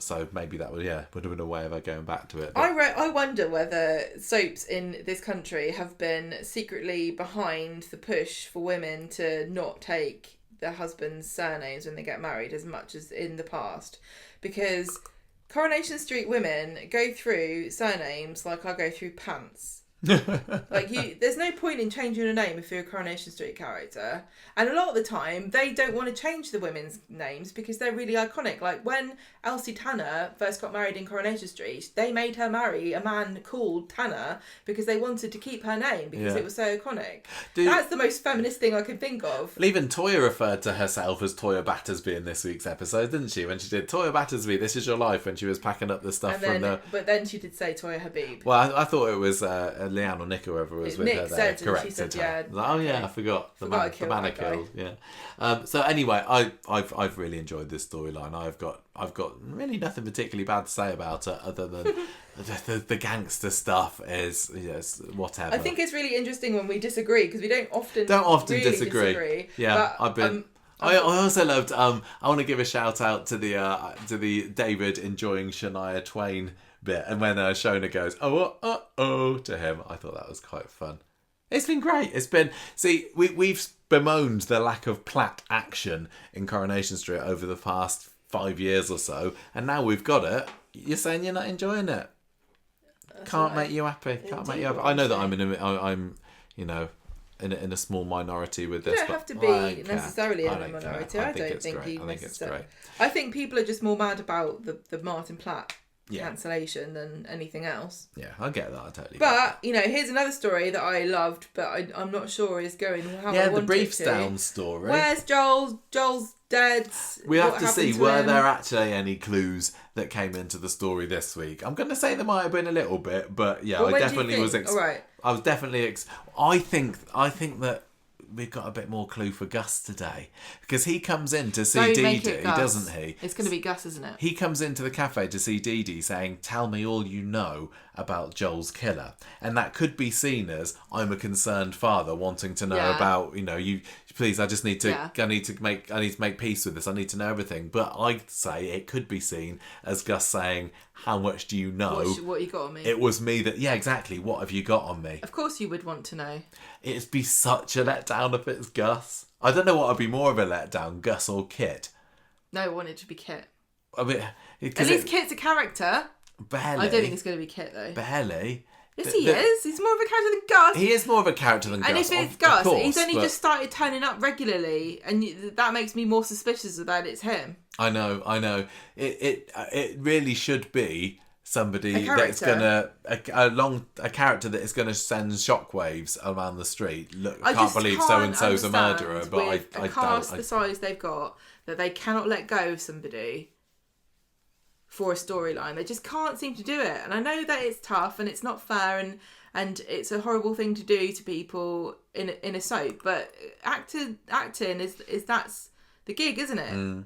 Well, there's also a little bit of suspicion possibly raised between Max and Lauren, and what were they up to on the night what were of they it? up to? I was waiting for there to be. I really wanted there to be a Max and a Lauren flashback, There but will we be. didn't There's get got one. to be. There absolutely will. They're going to be in the picture. Yeah, for sure. Right, okay. Right, what's happened? So Monday, Michael's still knocked at Ronnie because he's had to keep this secret from the police that they were running around with crowbars, and he's like, they're going to find out. They're not going to leave it alone. They're going to find out what you got up to. And Dee-Dee's like, oh God, I hope they don't find out.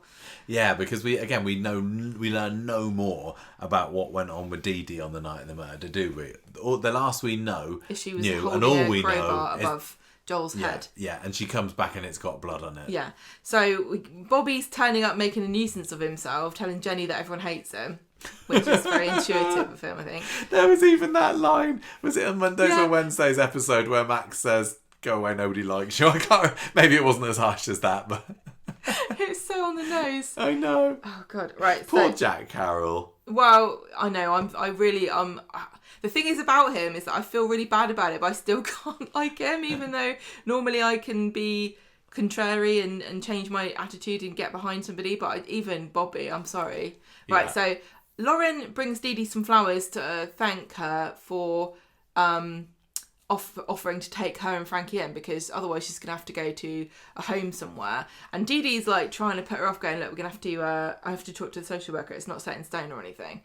And when Lauren goes, Dee-Dee throws the flowers in the bin, which was a bit rude And unnecessary. You I can know. still say, "Thanks for the flowers.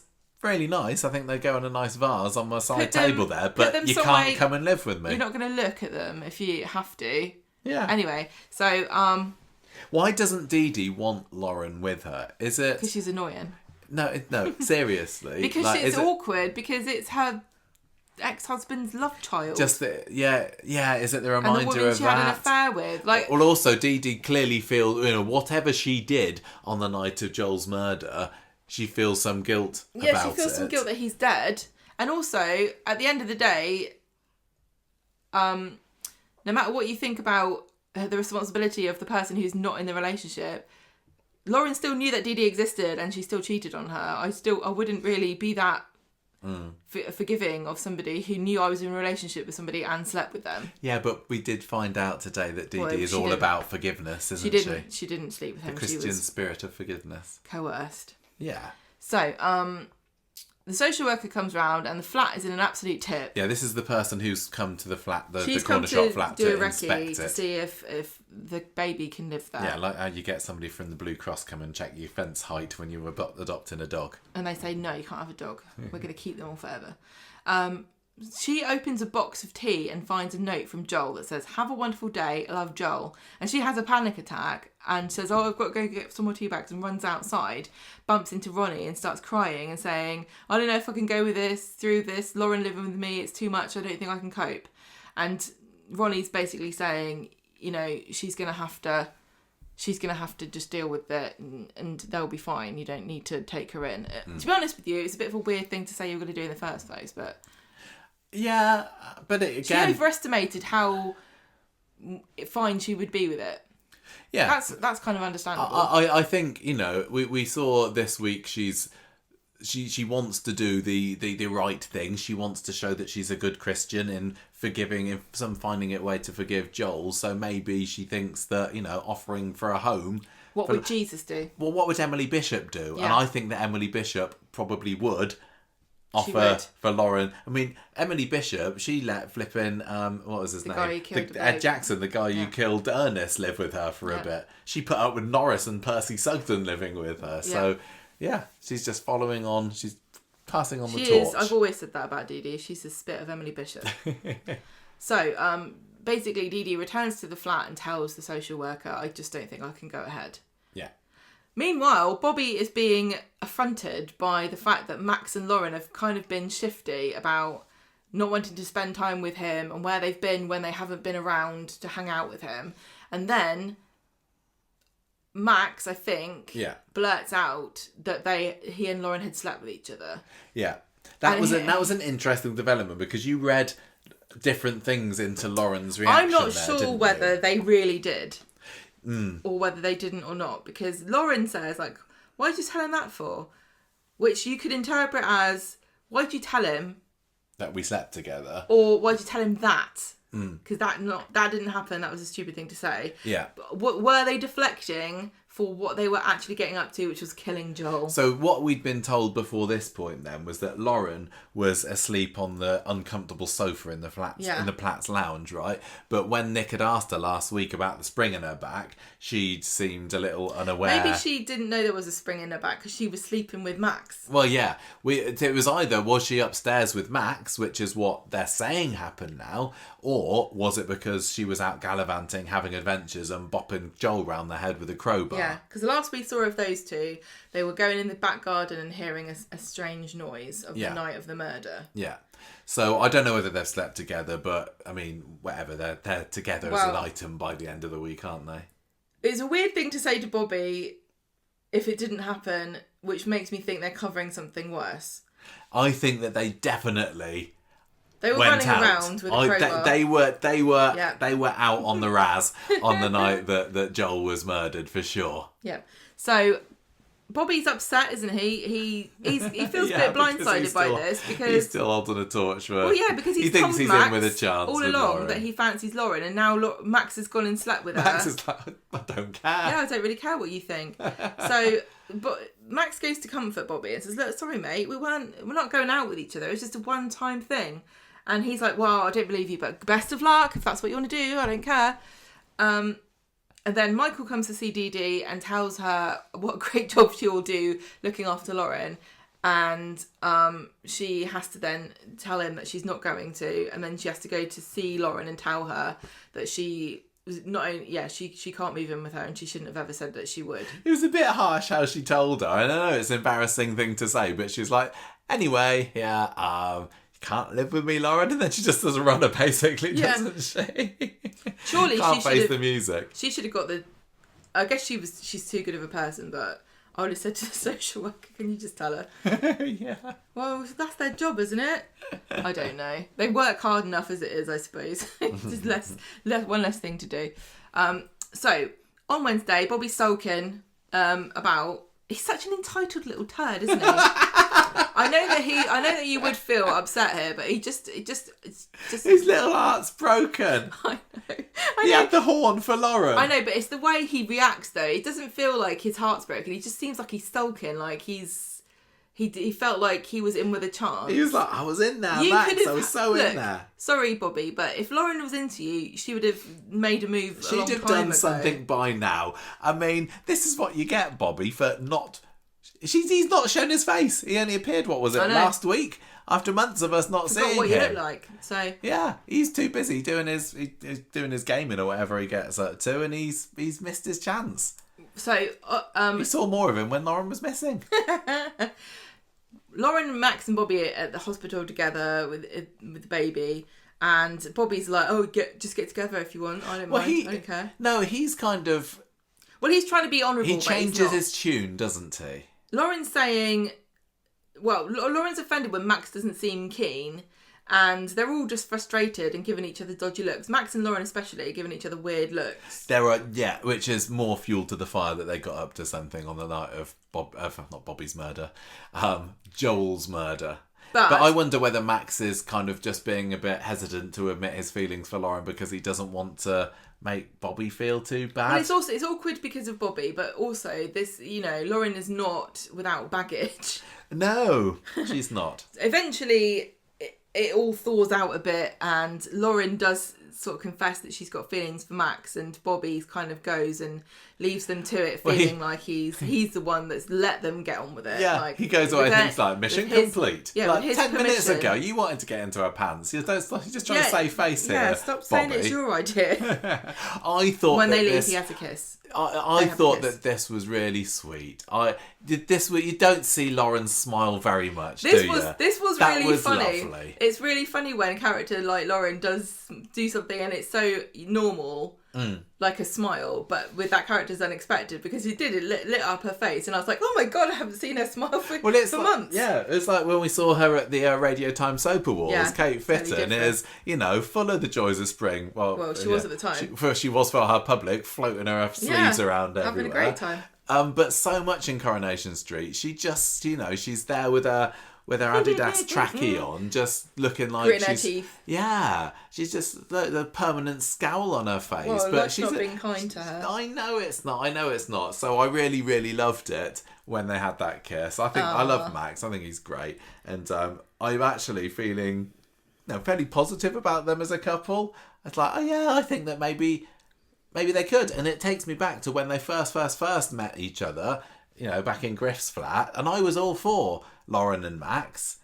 And I was disappointed when they split up. But yeah, this is the first time I've maybe felt positive about Lauren. But I'm sure she'll go back to being a moody cow next week. But so I'm happy for Max. Dee-Dee is making herself very suspicious to Kit. He's talking to Swain about it and says that she's decided not to take Lauren in. She's lying, or she's covering up for something. She's up to something. So Swain sees Dee-Dee in the pub, and Dee-Dee knows that she's just fishing for information. She's very guarded. She doesn't want to talk to Swain all of a sudden. She's been very friendly with the police because of her profession, but now she's on the other side of the table. Well, because she has got something to hide, hasn't she? She's not talking. She's like, I'm not going to talk to you. And Swain's like saying, look, I'm just trying to see if you're all right. And Dee-Dee's like, look, leave me alone. I've got nothing to hide. Don't talk to me. Then we get... I mean, sadly for Dee-Dee, they do have the top detective, Kit, working on the case out in the back of the pub, isn't he? Kit's like, I've been working this case for a good week now. I'm going to start making notes. So he opens his massive notebook, because he's a massive man. So, of course, he's got an A4 giant notebook, which apparently Americans don't know what A4 is. Did you hear the kerfuffle on Reddit? No. People have worked out on Twitter. People have worked out Americans don't know what A4. Really? So they're different paper sizes to us. I found this out when I was working on the magazine, and I had to ask them for a piece of artwork. Somebody in America asked for a piece of artwork. It was for the heroes, and they were like, "What size do you want?" I said, "A4," and they're like, "What is A4?" And I'm like, "Oh, it's an international standard paper size." They don't have it. Interesting. How many millimeters is that? What? No, that's just another way to confuse an American. 210 by 297. Okay, so yeah, Kit's making these notes, and they were really low effort notes. It's like Dee-Dee. Diana Bailey. Who was she with? What motive would she Crowbar. have? He didn't actually have any like answers to these questions. Like, what would... It was the most basic of notes. Yeah. Like, if he's been working on this case for the best part of 3 weeks, you're right, now's the time he decides to start writing down his suspicions. It's like, I'm not going to be able to get away with just saying... I think our YouTube short had more information. It did. In 60 seconds than his notebook there did. So, no wonder he's not found who it is yet. Any coppers listening to this, I don't know if we do have any police who've never heard anybody tell us that they're on the force. I've heard people say they're into legal things and they know about legal stuff. Is this how it works? After a week, you like, I'm not going to bias myself by writing anything down. I'm just going to see what goes in my head. And anything that sticks is probably important. I don't know. And he also can't spell Michael, which you were outraged about. I was outraged at this. He's written Michael Bailey. He spelled it Micheal. And I've lived 40 years with people spelling it Micheal. It's a very common name, everybody. Have you not heard of Michael Jackson, Michael Jordan, Mike Baldwin? Okay, he's Mike, not Michael. Saint Michael Rodwell.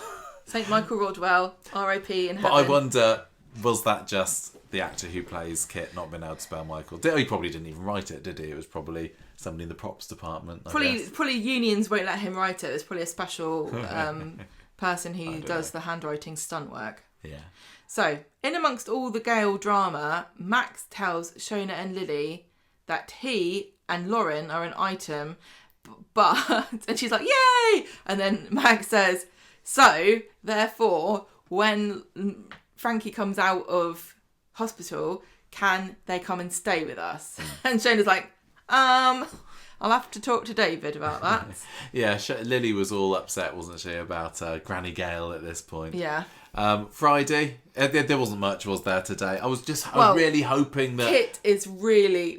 sometimes on Friday they use it as a kind of kickstart to the following week, and I was hoping we'd get more of the flashbacky, cluey, Casey stuff, but there wasn't anything. It was more just tailing Dee-Dee, wasn't it? Well, Kit is suspicious. He's following her around. Yeah. And he's asking her, what were you doing yesterday? What were you up to? And she says, I went to town. I'm allowed to go to town, aren't I? And she rushes off. And clearly she was up to something. And then we find out when she goes to the cafe. I tell you what annoyed me about Mondays. When Dee-Dee went to the shop and she bought herself hoops. And they made a big deal about the fact that she's like, oh, what are you buying hoops for? You're supposed to be a lawyer. And she's like, but I like to eat hoops. Oh, man, it just made me mad. I don't remember that. It's like, do we have to make a big deal about the fact she's so humble she eats spaghetti hoops? Well, what is this? We've seen her eating spaghetti hoops before. She has know. A with tomato sauce is that on her top. It's a Bailey's personality? speciality. She eats spaghetti hoops. Is that like something notable about her? We don't ever... Oh, it just really wound me up because it's like... It just annoyed me. It's like, it's not remarkable that she eats spaghetti hoops like 80% of the people in this country. What are you talking about? Yeah, but was it spaghetti hoops and marmalade like Hugh Bonneville would have? Right, so... Gus turns up, doesn't he? Gus, who is Joel's dad, who is very suspiciously suddenly involved in the storyline, which makes me think he did it. Well, we know that he was involved in that he had bought the flat for Joel. Yes, he's been questioned. Yeah. So he's turned up and said, I need to talk to you. I need to find out what happened. You know what happened. And she says, I don't know. And he is... Kit's listening in as these two are having a conversation. He's not writing anything down again. He's obviously left his notebook at home. And Gus is trying to say... Tell me everything. And Dee-Dee's like, he could have loads of enemies, this is the job that we do. And Kit's like, just so you know, I am trying really hard to find who killed him. I've got a notebook and everything. I've underlined up, put the date. Kit hears Dee-Dee telling Gus that the reason that she went to the funeral was this is the revelation, that where she was yesterday was at the funeral. Yeah, Joel in a hole. We didn't get to see it, did we? What were you going to say? You were saying? Oh, just that she's. This is when she talks about, I want to forgive Joel, but I'm getting there, but I'm not there yet. And Kit doesn't buy this. And I really enjoyed the scene at the pub later when Joel tries to say, what a load of rubbish. Are you saying you were trying to forgive her? Are you trying to hide behind that? I can't remember what he says. There's that hokey Christian line. And she's like, excuse me, my religion is absolutely important. My faith is important to me. Consistently Christian. I'm not one of these fancy free Christians that have a crisis of faith halfway through a story. No. I'm a proper Christian. Yeah. Jesus, by the way, Jesus did whack people outside the temple that time when he was mad. It's perfectly fine to hit somebody you don't like. I don't think he whacked people. I think that he just disrupted their pots. All right. Well, I'm sure some of them were hit. He did make a fig tree shrivel up at one point. Well, I mean, Joel, fig tree, same thing. What's the difference? So I appreciated that line that they've done that with Dee-Dee. She's like, I wanted to see him lowered into the ground. Then actually she said that as well. I had the satisfaction of seeing him put into the ground. So, and if you want to speak to me again, do it by the book, on the record. Yes. Buster. And also at this point, I guess, Gus buggered off because there's no information that he can get out of her. No, exactly. So she's been very... very close. I don't know whether it's making her look more suspicious that she suddenly had a change of I wonder change what of we heart would about be how much she's thinking willing to speak to the police. if we had no suspicion of her at all up until this point. Yeah. Like, how would we think that she's reacting? She is acting super suspicious because the Dee-Dee of like a month ago would have been like, oh yes, I'll help you with your inquiries. I just want you to rule me out so you can find the real culprit. Don't you think? And now she's But she was still a little bit like that in the episode after Joel turned up. Or no, after Joel disappeared, when she was finding the cars. Wasn't she? She wanted to get involved then. Weird. But Why? She must have known her. Obviously, she knew that she'd gotten up to she'd gotten up. She to hadn't seen her something. flashback yet, so she didn't know what she'd done. Yeah, that's true. That's true. One thing that I'm quite surprised that we've not seen any of is any more hint of Swala, have we? I think there was a scene. Was there a scene this week where they crossed paths in the pub, but nothing's going on there. Imagining, that's the slow burn here. This is what I'm imagining is like there's like those hamster the things that hamsters drink out of, those big bottles with the tiny little nubbin. And there's a big one of those that's got Swala written on it. And all the Swala fans are little hamsters going... Yes. And only a tiny bit's coming out at once. And they're just like, I just want some more Swala, please. Yeah, I don't think this week would have been enhanced by having any of that at all. We already had the blossoming romance between Max and Lauren on one hand and Gail and Jessie on the other. The thing is, if you're going to have a Swala, I think they're doing it right in that they're building it up into... They can't just go from nothing to hot throes of passion. But, so they're doing it right from that respect. I think it's better to build up to it and also to give it a clear run, I think it should be the main story of a week. There wasn't really any time for it this week. I don't think there would have been this week. And now they're kind of on a cooling off period, aren't they? Because they're not really... Are they still kind of mad at each other? I don't even remember where we left it. I think it was kind of a case of... Well, wasn't it when... wasn't Swain saying, "Oh, you straight women," or I think that they were. Yeah, they kind of cooled off on each other. They're ready to revisit it. I mean, it's similar. It's we also had Nick and Toyah this week, haven't we? Who have been also in a similar cooling off period, but knowing that something was lingering there. It will come. It's better if they build a solid foundation for this. I didn't ask you about what you think about Max and Lauren earlier. I was fairly happy to see them being happy together. Do you think that they are they a couple that you're interested in the slightest? You can say no if it's a no. I don't think she's any good for him at all. She's not. She's got baggage. She's got baggage. But it's not that. It's not that at all. It's not because she's got a baby. It's because she. I'm talking more about the white supremacist stuff. The dad in prison. They still neither. Max has done more than Lauren has, but she's not gone. Oh yeah, no, I'm not super into slagging off immigrants anymore. Has she? No. She's just not had time. She's over that. She's obviously forgotten. No, she's obviously forgotten to get mad about it because she's too busy worrying about her kids. I'm surprised she's not ranting on, going, you know what? If these immigrants weren't coming over here and taking all the NHS waiting lists, my boy Frankie would have been out months ago. Do you think that we're gonna see the flashbacks returning next week? They kind of have to, otherwise it just feels like they've put it off the boil too long. Yeah. I wonder whether this is again more knock-off effects stuff. Or knock-on effects from the debacle with... No, I don't think so. I don't think this is Sean Wilson. But why would you have a plot where you're going through, or did they think it was too much to do it every episode? I suppose it's just teasing us, keeping it. But yeah, this sort of story doesn't need to have this much of a pause, and it's not like it didn't feature at all this week. What I'm just gonna say. Nothing really happened, did it? It's just like Dee-Dee looking a bit dodgy. No, the story this was week, in it, and we had no more. We didn't have any more. We had our own. I mean, I had my own suspicions of Gus and Max and Lauren. I don't think that. I think maybe they could have just put a little flashback, just like the smallest flashback of Max and Lauren on Wednesday's episode might have just kept me a bit more interested in that. Well, it's one of these things where, just like everything, and to be clear, I hope that all of this commentary is taken with the caveat that it's just her opinion, and there's loads of people that would have completely the opposite opinion, and I'm sure that everything we've said or complained about has got a justification for why it's happened. I'm sure. Maybe you could do it either way, couldn't you? You could have a break and then some. I don't know.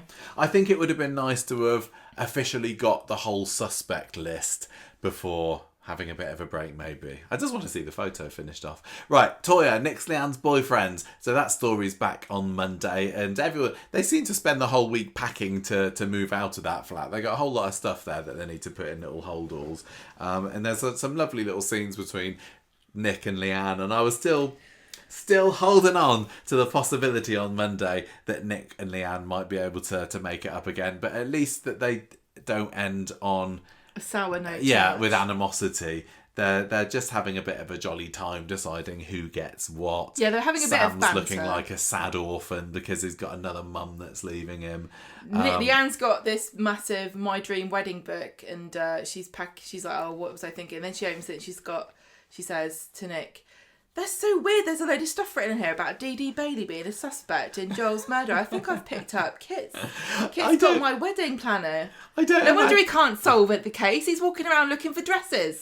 I don't really buy Leanne having a My Dream wedding. I think she's a little bit less princessy than that, but never mind. She says, look, we should never even got engaged anyway. The rot had already started to set in. And Nick's like, yeah, I thought we'd be together for life. I'm really sorry how things ended up this way.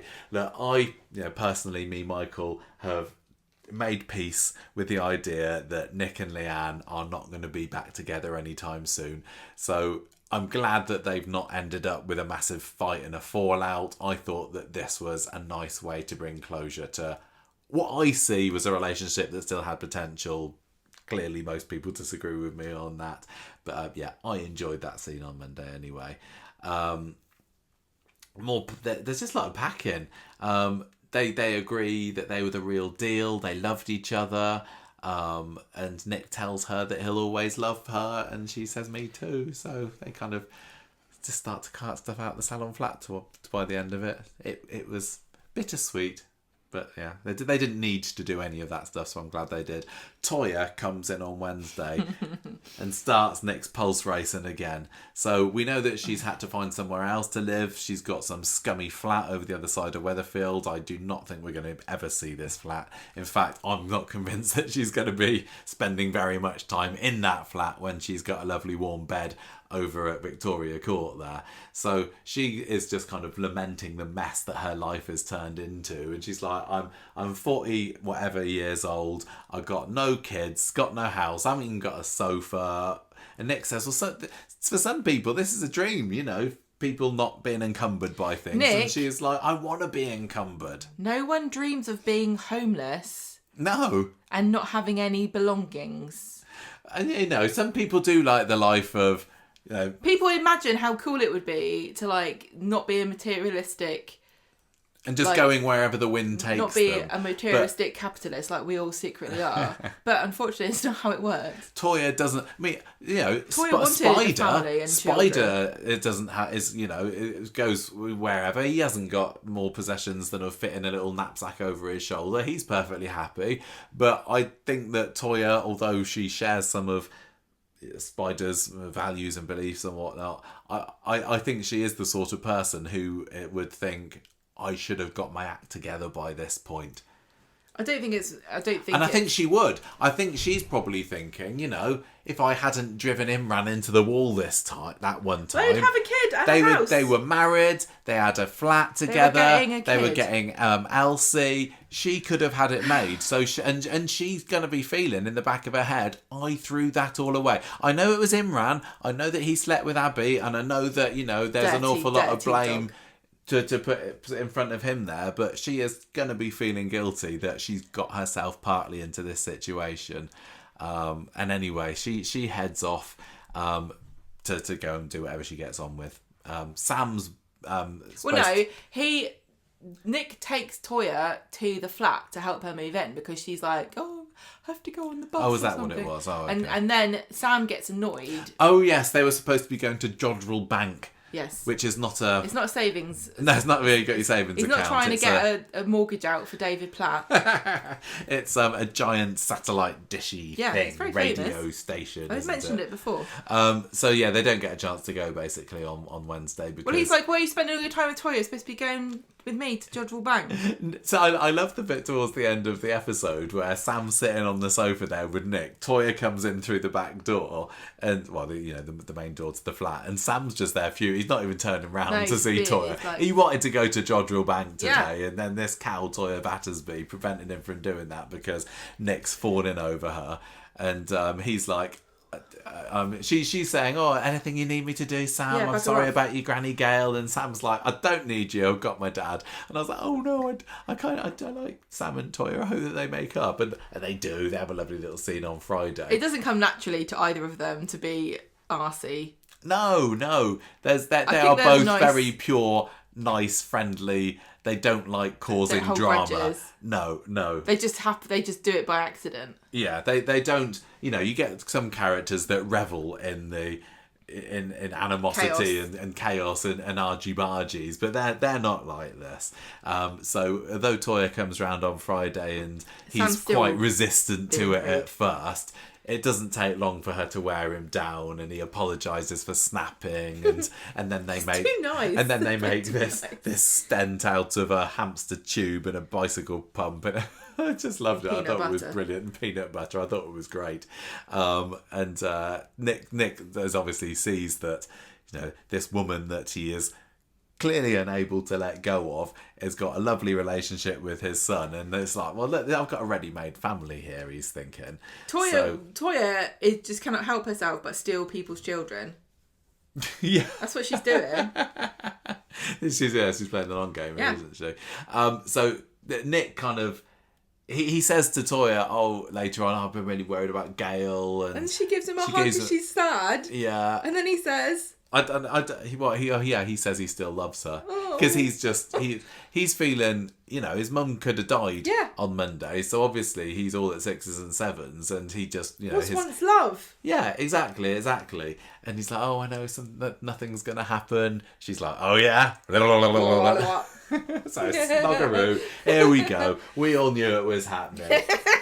Look, I still hate the idea, but God, they're selling it. They are really doing a very, very good job of making them out to be a mature, sensible, lovely, well-suited couple. It's not all about ripping each other's clothes off or sneaking around. I know there's a bit of sneaking involved, but they have done a very, very good job of making them seem like they're well-suited to each other. And really, my resistance to it is all tied up with Nick's a bit boring and I love Toyah, and I hate the idea of Toyah and Leanne falling out with each other.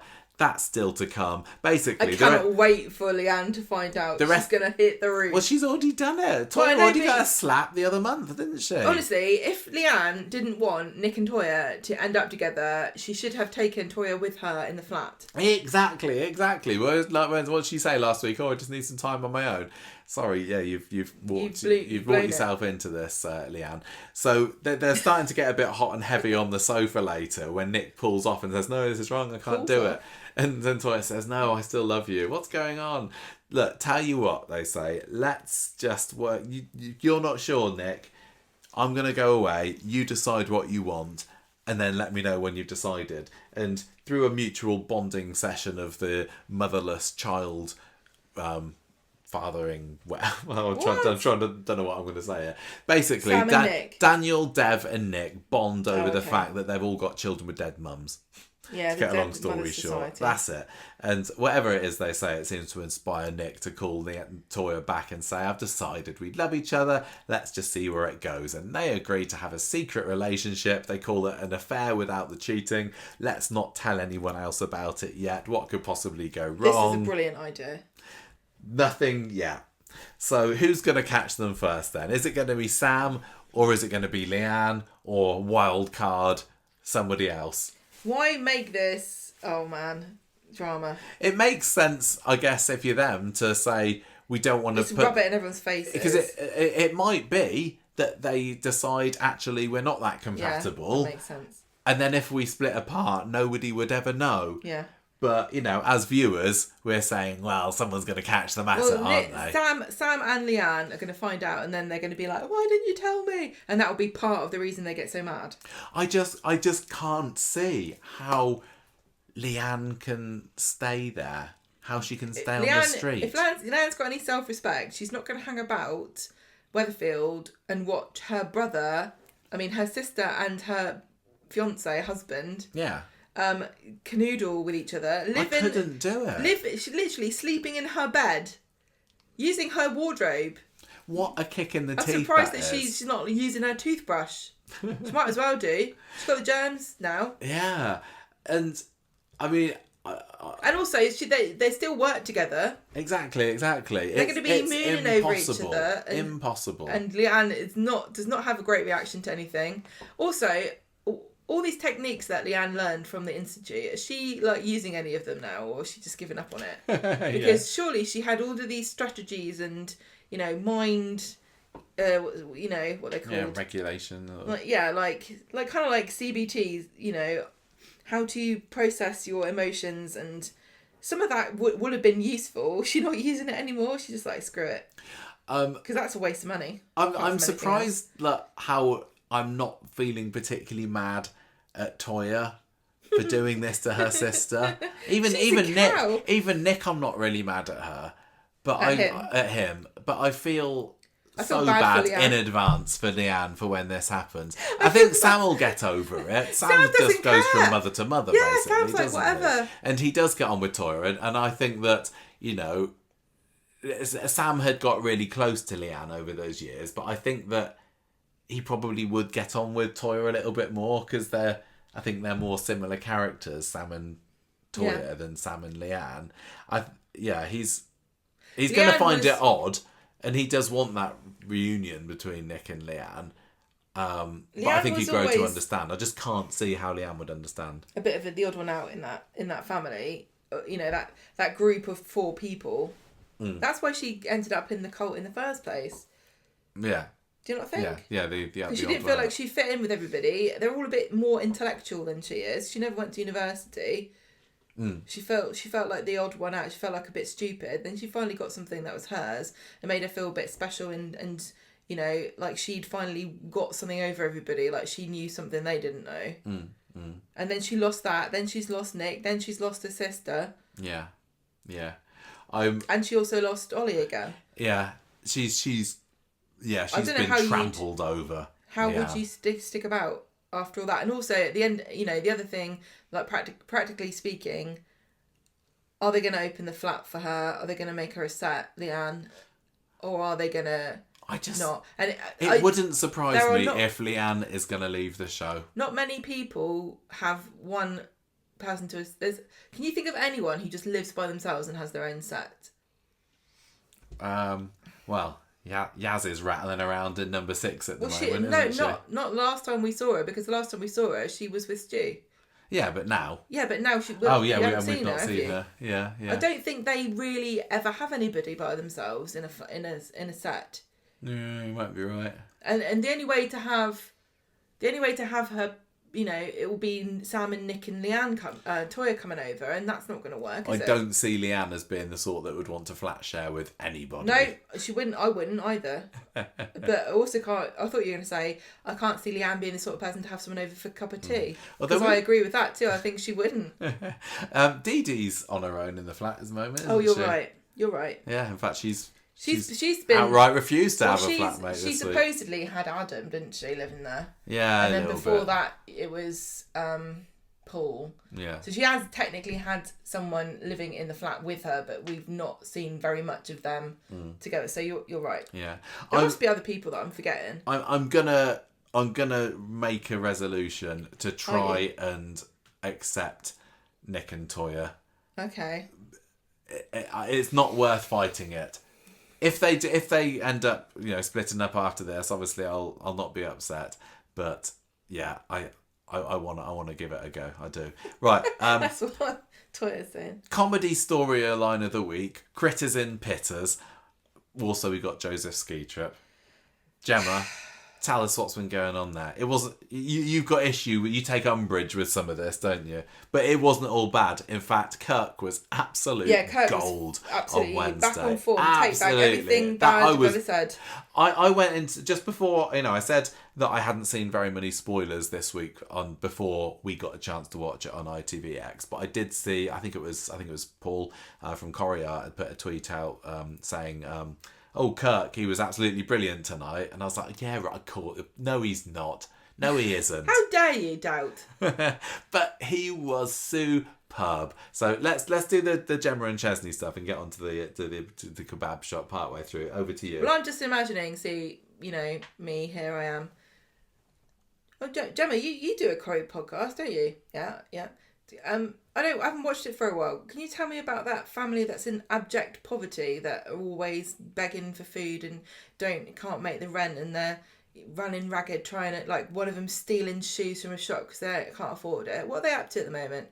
Oh, they're just planning the son's ski trip. Does that make any sense to anybody? They agreed. Was it this week or last week? I can't remember. They agreed that maybe Joseph going on the ski trip wouldn't be a bad idea after all. Why but they just ski trip? They just didn't explain how they could pay for it. How can they afford to pay for this? There's a bit where Rita lends them money and they're like, oh yeah, we have to pay her back. How are you going to pay back that? I don't understand. Yeah, Gemma says we just have to pay her back as soon as we can. And they're saying, yeah, I've got nothing. They're saying, oh yeah, you can't, and this is true. They're like, oh, he's got to rent this and we've got to have all this equipment. Why can't he rent it? No, you can't rent it. It's just as expensive. Yes, that is definitely true. There are some bits you can't rent. But I've been skiing like twice and it nearly wiped me out, and I'm a normal person with a wage. You have to buy, you have to buy the helmet, the gloves, the jacket, the socks. You have to buy the special trousers. You have to buy a whole new set of clothes that you only ever use skiing. And you can't just rent any of that stuff. And yes, sometimes you can buy it from cheap shops, but still, you're talking a couple of £100 for all that stuff. You've got to buy goggles. You've got to buy loads of stuff. Well, Then you've also got to rent the skis and the shoes. Then you have to pay for his accommodation, food and flights. We're talking £500-700. Yeah. Never mind the fact that there's nowhere to actually go skiing this time of year. But, whatever. But why make it a ski trip? Why not have him go camping or something? I know it's camping. Oak Hill. Oh no. Yeah, all right. Go to Shallows. Why have him go ski? It's the most obnoxiously out of touch thing. I think it absolutely fits with where Oak Hill might go, but yes, just the stretch that Gemma and Chesney would even be able to consider going. Or sending Joseph there. I know they sent Gemma back to work this week, didn't they? They keep messing around though, Michael. Isn't enough. She's not been working. I don't know. We've said before we're not sure if she's actually getting paid for this, for the work or not, for not turning up. But even before that, they were struggling to feed their kids. Never mind the fact that they wouldn't actually be in the situation because of the way benefits work for multiple births. They would be fine. They'd have quite a lot of money actually. It just drives me bonkers because why are you doing a story based on such a ridiculous foundation? People would have so much empathy. This would help people out as well. Like I said about representation before and how important it is, and about Bethany Stomer thing. Maybe we're not learning all the nitty gritty stuff. Maybe we haven't really had it spelled out to us. You got to just put the pieces together yourself. Fair enough. But maybe it's good anyway because people who have stoma see themselves on the screen and they see her representing them, and that's great. If you're poor, if you're like in abject poverty, wasn't it something ridiculous? Like 1 in 5 children live in poverty in this country. It's not like it's unusual. Are you watching this for representation? Or and then suddenly they say, oh, let's just... Are you watching this going... Oh, there's a comedy story about their American fridge freezer spitting ice out into the front room. Isn't that funny? Oh, they can't afford the ski helmet. Yeah, that's so relatable to my situation. No, I know. I'm sorry, but it just drives me mad. Just pick a family and make a proper story about how they can't make ends meet, because it's a very, very realistic story to have this point in time. Don't have them jetting off to sodden ski trips and make me feel bad about it. I don't care whether he got on the plane or not, the little prat. I just noticed that you're wearing a t-shirt with skis on. I have got a... Gemma, you obviously can't see this. I did buy this to go skiing, actually. It says, pieced again. It's a joke. It's a joke because I can't really ski. I just go to get drunk. I hope that's not what Joseph's doing. Right, anyway, maybe that's why that did buy a special helmet. In case he fell over in the snow. Right, on Monday, Dev finds Chesney in the kebab shop and he's like, remember you said you'd do the deep clean? The health inspector's coming, we've got to make sure this is all clean. And I need you to keep selling kebabs, you can't stop. I'm paying you. I'm paying you to do both, but simultaneously for some reason. Well, anyway, Michael upsets Gemma in the pub. She's back to work at the pub as well, isn't she? And she's there. She's sort of already in tears. And Michael upsets Gemma. That's very relatable, isn't it, in this house? Yeah, puts his foot in it. Yeah, bloody Michael. Well, he doesn't realise what he's saying, and he says, "Yeah, I don't believe in heaven. I think you just die and turn into dust." And then Gemma's like, "Thanks." So she starts crying, isn't she? Yeah. And David, he's there doing a bit of a Paul impression, isn't he? Which was classic. He was a very mank Paul impression. Like, yeah, he's going, "Oh, what are you doing about the space launch? He's sending him off to space anytime soon." Paul would love it. He'd be like, "Hey, this is mint, innit? Yeah, I love it." And it didn't really feel like Gemma was vibing with any of this. Debbie's going on about when Bill died, her dad, and Gemma just can't listen to this anymore. And she goes to the back room and she's crying. So Jenny and Kit have to comfort her, and she's like, "I've come back to work too soon. I don't think I can do this." I still like every time that Kit sticks his oar into the Winter Browns. I was like, "What are you doing?" "Oh yeah, you're related." I still have yet to be convinced of a good reason why Kit needs to be related to Gemma, Paul, and Bernie. You know, it had a couple of dramas at the beginning of the year, but I know he does not need to be an extra branch on that family tree. She's saying, "Oh, I'm really sad. I shouldn't have come back to work." And then Kit says, "You need to go to a cottage and have some nice relaxing time. Luckily, I know somebody who has a cottage in the lakes, and you could go there with Bernie and the quads." Tell you what, if Joel's body hadn't turned up, maybe they could have had Gemma discovering him buried in the cabin in the woods there. And then, definitely Kit. Definitely. Now, again, this isn't relatable to anybody, is it? You really... Oh, it's not bothering me as much as it is you. But if you're watching this and you're like, "Yeah, I hate, my life is a grind. I'm struggling to keep my head above the parapet here. I have to work every hour of the day. Oh, she's got a friend who's got a cottage on the lake. They can just go and stay there for the week for free." Not relatable at all. Also, not many people have jobs where they can just not turn up because they're sad. Yeah. Most what's the word? Minimum wage jobs are going to be turn up, you get paid. You don't turn up. If we can get away with not giving you money, we will. I think, most places, I would hope, would have some kind of grieving, compassionate leave, but it's not going to be more than a couple of days. It will be a few days for lots of jobs, like the sort of things that Gemma and Chesney. But Jenny's got a big heart, hasn't she? But again, are we going to do a story about this, or are we just going to funny about with Gemma and Chesney just tripping through life?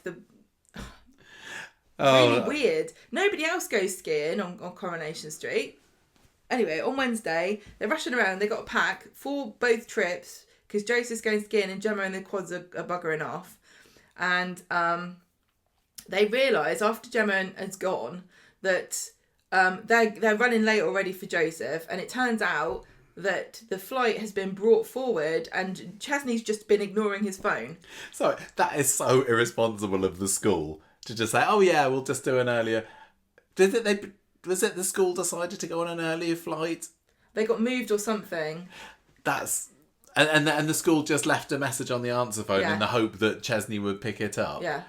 I think again, I call dodginess on that. But this doesn't make any sense. Again, I don't understand this because basically they have to rush to the they have to rush him to the airport, and the whole point of this is so that Chesney can be out of the area and make Kirk look after the kebab shop. Worth it. Yeah, we'll get to that in a minute. That was worth it. So Chesney goes to the airport, comes back with Joseph because they've missed the flight. Well, there was also the bit earlier you missed when there was a mini almost cliffhanger, wasn't there? Because they're packing. I didn't bother talking about it. Well, it's just funny. When they leave the passport on the table, then they go out, and the classic soap thing, wasn't it? Like the camera focusing on the passport, and then Chesney just comes and gets it. That was Were they like pulling the rug from under us? They were like, they're gonna love this at home. So they ended back, up not being able to go anyway. They missed the flight. Come back. Rita hears about it. Says, "Oh, I'll lend you the money for another ticket." Great. Why have they got money for another ticket anyway? Meanwhile, at the kebab shop, if this whole story was just to set up Kirk, maybe I can forgive it because this was great. It was just a couple of scenes. This is the funniest. This is the funniest Kirk's been since his arsehole song, and I know not everyone like that, but this was great. This was absolute I can't even remember which Corrie writer did this on Wednesday, but yeah, the setup of Kirk in the kebab shop. With the health inspection as well, because it made me think it's still possible to make this character funny. Yeah. Andy Wyman has been putting up with some awful lines, in my opinion, for a long time, working his arse off to try to make them funny, and it just goes to show you that he can still do it when he's given great stuff to do. It was fantastic. And it starts off with a banger of a line when this Phil Hewitt comes in, the health inspector, and says, "I've received a complaint." And Kirk says, "No way, you look like you'd be quite good at it." I know. That was superb line. Brilliant delivery by, the two of them. Yeah. Hewitt set him up for this. It was so funny. And then you get the whole scene of Kirk just making himself look like an utter dimwit. Well, yeah, he doesn't understand what he's doing. He's like the health inspector's like, "Why don't you have gloves on?" And he's Kirk, why don't you wear protective gloves? And Kirk's like, "Well, I don't think I need. They're not exactly like it's going to bite me." What was the other one? What else you can't get you can't. They're talking about nails to open up the pitta bed if you wear gloves. Yeah, that's it. And then they talk about things dropping on the floor, like the guys clearly asked him what would you do if things pick, and then Kirk's like, "I'll just pick it up. My mum called it the 5-second rule." And the guy's like, "The 5-second rule? I don't think that the Food Health and Standards Agency have got anything know about that one." And Kirk's like, "Oh, you can have that one for free." It was so but the 5-second rule, it's true. It is true. Yeah. As long as there's not dirt on it. Exactly. It was absolutely brilliant and very much character led. Everything that Kirk said there, I could see him thinking and saying and being completely oblivious to the seriousness of the situation he was in. I'm so happy they did this. I'm so pleased. Me too. Well done, Corrie. Really, really good job. Good job. Loved it. So, Chesney walks in just to discover the health inspector about to begin his full inspection. And Dev is, panicking because he can't believe that Chesney's gone off. And he's not done the deep clean he's supposed to have done that Dev's paying him for because he needs the money for a ski trip. But he's also left Kirk in charge. And yeah, Mr. Hewitt says because the place is open for business. Yeah. I have every right to do my... customers, I can do what I want. I can't come in. And to be honest, I have to say this, right? I don't think it matters whether Chesney cleaned it or not because they've got cockroaches. And I think if you've got cockroaches... Little scrub's not gonna... Well, didn't they say something like he left the door open and there was a bin bag by the door and it attracted cockroaches? I don't know. I just prefer my, fast food joint of choice to not build the dirt up to the cockroach level and then clean. Yeah. So, because of these cockroaches and the 5-second rule, they're closing the premises down and he's not going to open it until they've cleaned it. So, Chesney goes back home dejected. And he tells Gemma, he talks to her on the phone, but he doesn't tell her about the cockroaches. He does tell her about the money that Rita's lent them. And Gemma says, "Oh, that's really nice, but we've got to pay her back." Yeah. Great stuff. So we knew about this for a while. As we talked about the storage place. We knew about that from the trip, but the cockroach story we've been holding on to for a while as well. Well, since the summer when we went there, because when they give you a tour around the street, mostly they will clear away anything that's going to be a massive spoiler, won't they? But there was a sign in the window of the kebab shop, which was the from the Weatherfield Council, the Food and Safety Hygiene Regulations of 2013. And I won't read the whole thing, but we saw the sign up there basically saying there are cockroaches here and Prima Donna is hereby closed for the foreseeable future. So, exactly. So another income stream for Chesney cut off. Because I don't think Dev's going to be quite as nice about it as Jenny may have been. No. Because it's Chesney's fault. He's lucky he's not going to get fired. Well, maybe he will. He should do. Maybe this is that now he should start his Chesburger idea. Yeah. Maybe Granny Linda can put some money in for that because she's not paying out for ski trips apparently. I don't know whether how much the closed kebab shop is going to have any impact on that. I mean, we don't see characters going in there too much, do we? It's just the fact that more woe is me, we haven't got any money, what are we going to do now, Chesney kind of scenes, isn't it? Nothing.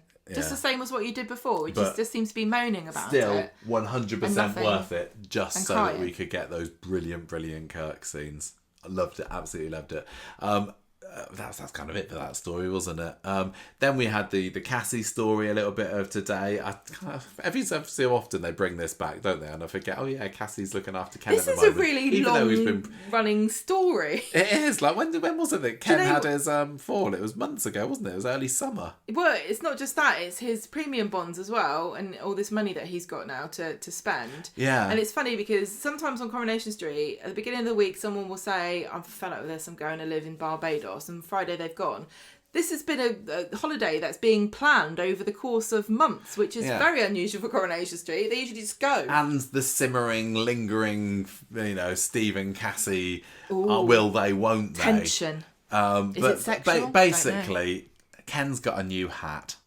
That's it for today.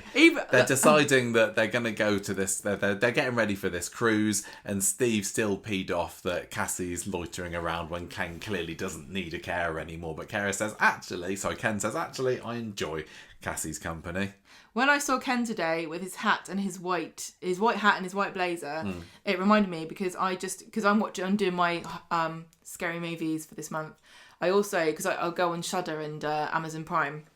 And I saw that they've got Roald Dahl's Tales of the Unexpected. So I watched the first episode of that. And he looked like somebody from that episode because it's a pair of expats, as you might call them, aka rich white people who are living in the Caribbean. And they're both wearing their Panama hats and their lovely beige blazers. Pats in hats. Yeah, pats in hats. So it's basically more bickering between Steve and Ken and Cassie because Steve doesn't want Cassie there anymore. And Cassie gets a bit... Steve says, because Ken's also bought her own blazer, hasn't she? A lovely pink number. She didn't ask for it. No. He saw her looking at it and bought it for her. Yeah, which is lovely. But Steve says, oh, you're conning an old man out of his cash. Out of my inheritance. So Cassie gets kind of a bit ashamed about this, maybe. And so she takes it back. Although she does... did you see that she pinched a tenner out of the money that she was returning to Ken? So it's just things like that. I'm really loving the wholesomeness of this story. Ken and Cassie, who on earth would have put them to... Wholesomely stealing £10. Well, yeah, and then you get things like this. But who would have put Ken and Cassie together as an enjoyable double act at the beginning of the year? Certainly not me, but I think that they work together brilliantly. Anyone it really who's seen Lady in the highlights all of the stuff that I love about Cassie, and then she goes and does something like stealing a tenner off Ken and going, you're a bad one, aren't you? But I think I can live with her still being, not perfect, but I think that Cassie does still genuinely have a good heart, don't you? Oh, I do. If she was doing this just for the cash, I think she would have given up a long time ago. She'd have rinsed him years ago. She genuinely enjoys Ken's company, and who wouldn't? I'm in the what's her name? I'm definitely in the school of the Anna Nicole Smiths of the world, which is if you got an old guy and he's giving you cash because you got boobs and a smile, take it. But she's also just getting company from him, and I think she's learning from him. I don't think there's anything going on here that's sexual at all. I don't think that Ken and Cassie have got anything to do with each other. He just likes hanging around somebody. Yeah, it's a mutually beneficial... Maybe she wouldn't be there if he wasn't paying her. I don't know. But at the end of the day, let's not ask too many questions. But Steve doesn't like it. But even then, at the end of the episode, he comes in and apologises for being a bit harsh earlier, and she's like, look, I understand, you're just looking after Ken. And lovely Ken's there with one eye open, isn't he? Enjoying the fact that these two are finally thawing. And who knows where they're going to be this time. I'm really next interested week. in where this is going. It seemed for months that Steve and Cassie are destined to have some kind of hookup. Yeah. But what's going to happen? Are Ken and Cassie actually going to go on a holiday? Is she going to try and push it too far and take his money? Is she going to push him off the boat? I thought you were going to say. Yeah. No, I hope not. Because maybe. As much as I like Cassie, and I do think that she is doing it for some of the right reasons, I also do think that I think she's a shark. I think if she smells blood, she's going to go for it. If she thinks there's a way of rinsing him a bit and getting a bit more money, then perhaps. I think she's definitely the sort of person who could accidentally make but without kind of thinking. And she's got her heart in the right place, but she can be easily tempted to the bad side and make a silly mistake. This is why there are so many rules, rightfully so, around care homes and people that look after the elderly and vulnerable people, because when you start to mess around with money, people go nuts. Yeah. I wonder whether there's a possibility that Cassie and Steve will get together and Ken will magnanimously say, why don't you go on holiday with Cassie? Why don't they all just go on holiday all the time? They might as well. Don't you think that's an option, that Yes, Steve and Cassie could go off on holiday together? It is, but then because I don't know, I literally do not know what's going on with Tracy at the moment. Clearly Kate Ford is not in the programme very much. And I think that putting Steve, legacy character, with Cassie, not so much love character, but Claire Sweeney is a kind of beloved institution. I think that putting them together would not be such a bad mix if they can't have Steve and Tracy together. She's been on the front of the papers for romantic situations not that long ago. I think that's how much of a big name she is. Yeah, like she's a reportable. Like nobody's doing a front page story about, other members of the cast who have been in it not that long. She's not been in it very long. I'm just trying to give context to people that aren't from the UK as to why we keep talking about Claire Sweeney. I mean, yeah. So I think that it really could work. I hope that they give it a go. I think that they could have a lot of chemistry together. Yes. But I can't even say I'd rather Tracy came back and made up with Steve, because we've seen so little of Tracy and Steve over the past few years that maybe that it is time to call time on that relationship. See, one thing I think Corrie at the moment, and I don't know, I can't work out if it's a strength or a weakness, but at the moment there's nobody who is the show. There's nobody carrying the show. There's nobody so big that the show would fail if they left. There's certainly people who, if they went, the papers would make out that it was a massive deal. But because of the way Corrie works at the moment, nobody's in it enough to make you think this is the main character. The linchpin of the street. There's nobody like a Bet Lynch. There's nobody like an Elsie Tanner. There's nobody even like Ken in his heyday. Almost everybody can disappear for months on end. And very few, apart from the hardcore dedicated fans, even notice they're not in it. That's why when you said, what if Ken told them to go on holiday? And I said, what if everyone went on holiday? They might as well all be on holiday, unless they're on the screen, because you don't see them. And I don't know whether that's a good thing or a bad thing, because really, soaps should live or die on the characters. Oh, yeah, for sure. But they don't now. Yeah. They're like, for example, last year... Was it last year that Jenny and Daisy were the main two? Last year, I was, genuinely saying Charlotte Jordan is the best thing in, one of the best things I've done to Corrie. She's like one of the major characters. Yeah, leading lady. They'd be mad to get rid of her. She's carrying every scene she's in. She's fantastic. She's beautiful. She's talented. She's got great storylines. Fantastic. She's the future of Corrie. She could be the next, insert Corrie icon. Insert Bet Lynch here. This year, hide nor hair of her. if Charlotte Jordan said I'm leaving the show next week, I'd be sad, but I wouldn't be devastated like I was last year. They've got to be really careful. Same with David Platt. We've always sung the praises of Jack P. Shepherd, said he's fantastic. David was the massive deal when we started out the show. The Platts were everywhere all the time, and so was David. David was I think huge. that if he were to leave, I think I'd be really sad, but would you miss him that much because he's barely in it? This is what I'm not trying to criticise any of these characters or actors. I'm only saying this to praise them and wonder what is going on at Corrie, that they seem to think stories are more important than characters, because they're not. They never have been with soaps. Well, we've had Kate Brooks working on Corrie for a good few months now. She's still not had her big "this is my vision for Corrie" interview. That will come. That will soon. come. That will come before the end of the year, I'm sure. She's sat out in the stall. I definitely await with great expectation and impatience. I just find it very weird because everybody knows this. It's Right. not like I've got some amazing insight into what a soap is that nobody at Coronation Street knows. Shall we rate? No, I agree. Shall we rate this week's episodes? I've got a feeling that you're going to go on the low side. Characters of the week. I am kind of tempted towards Kirk, just because how great that 2-3 scenes on the kebab shop were. I mean, if I was going to go to the bigger storylines, I have really loved Jessie. I thought that David's been ace this week. It was Gail, really nice to see the Platts again in the centre of the show. It was. It felt kind of a bit old school, having the Platts together as the main family of the week. I don't think anybody from the Joel story stood out enough to be character of the week. I think it's difficult. Like I want to give recognition to Kirk, but equally I think that the more important characters of the week this week were David and Jessie. What about Gail? Yeah, Gail had a heart attack. I know, but I think she had a characters with agency this week, she wouldn't necessarily fall into that category. See, you had a go at me for saying that I thought that Gail's back to being a dozy cow. No, I thought... And now you won't even make a character of the week. No, and the week she had a heart attack and proposed to her boyfriend. I know, fine, okay. I'm gonna...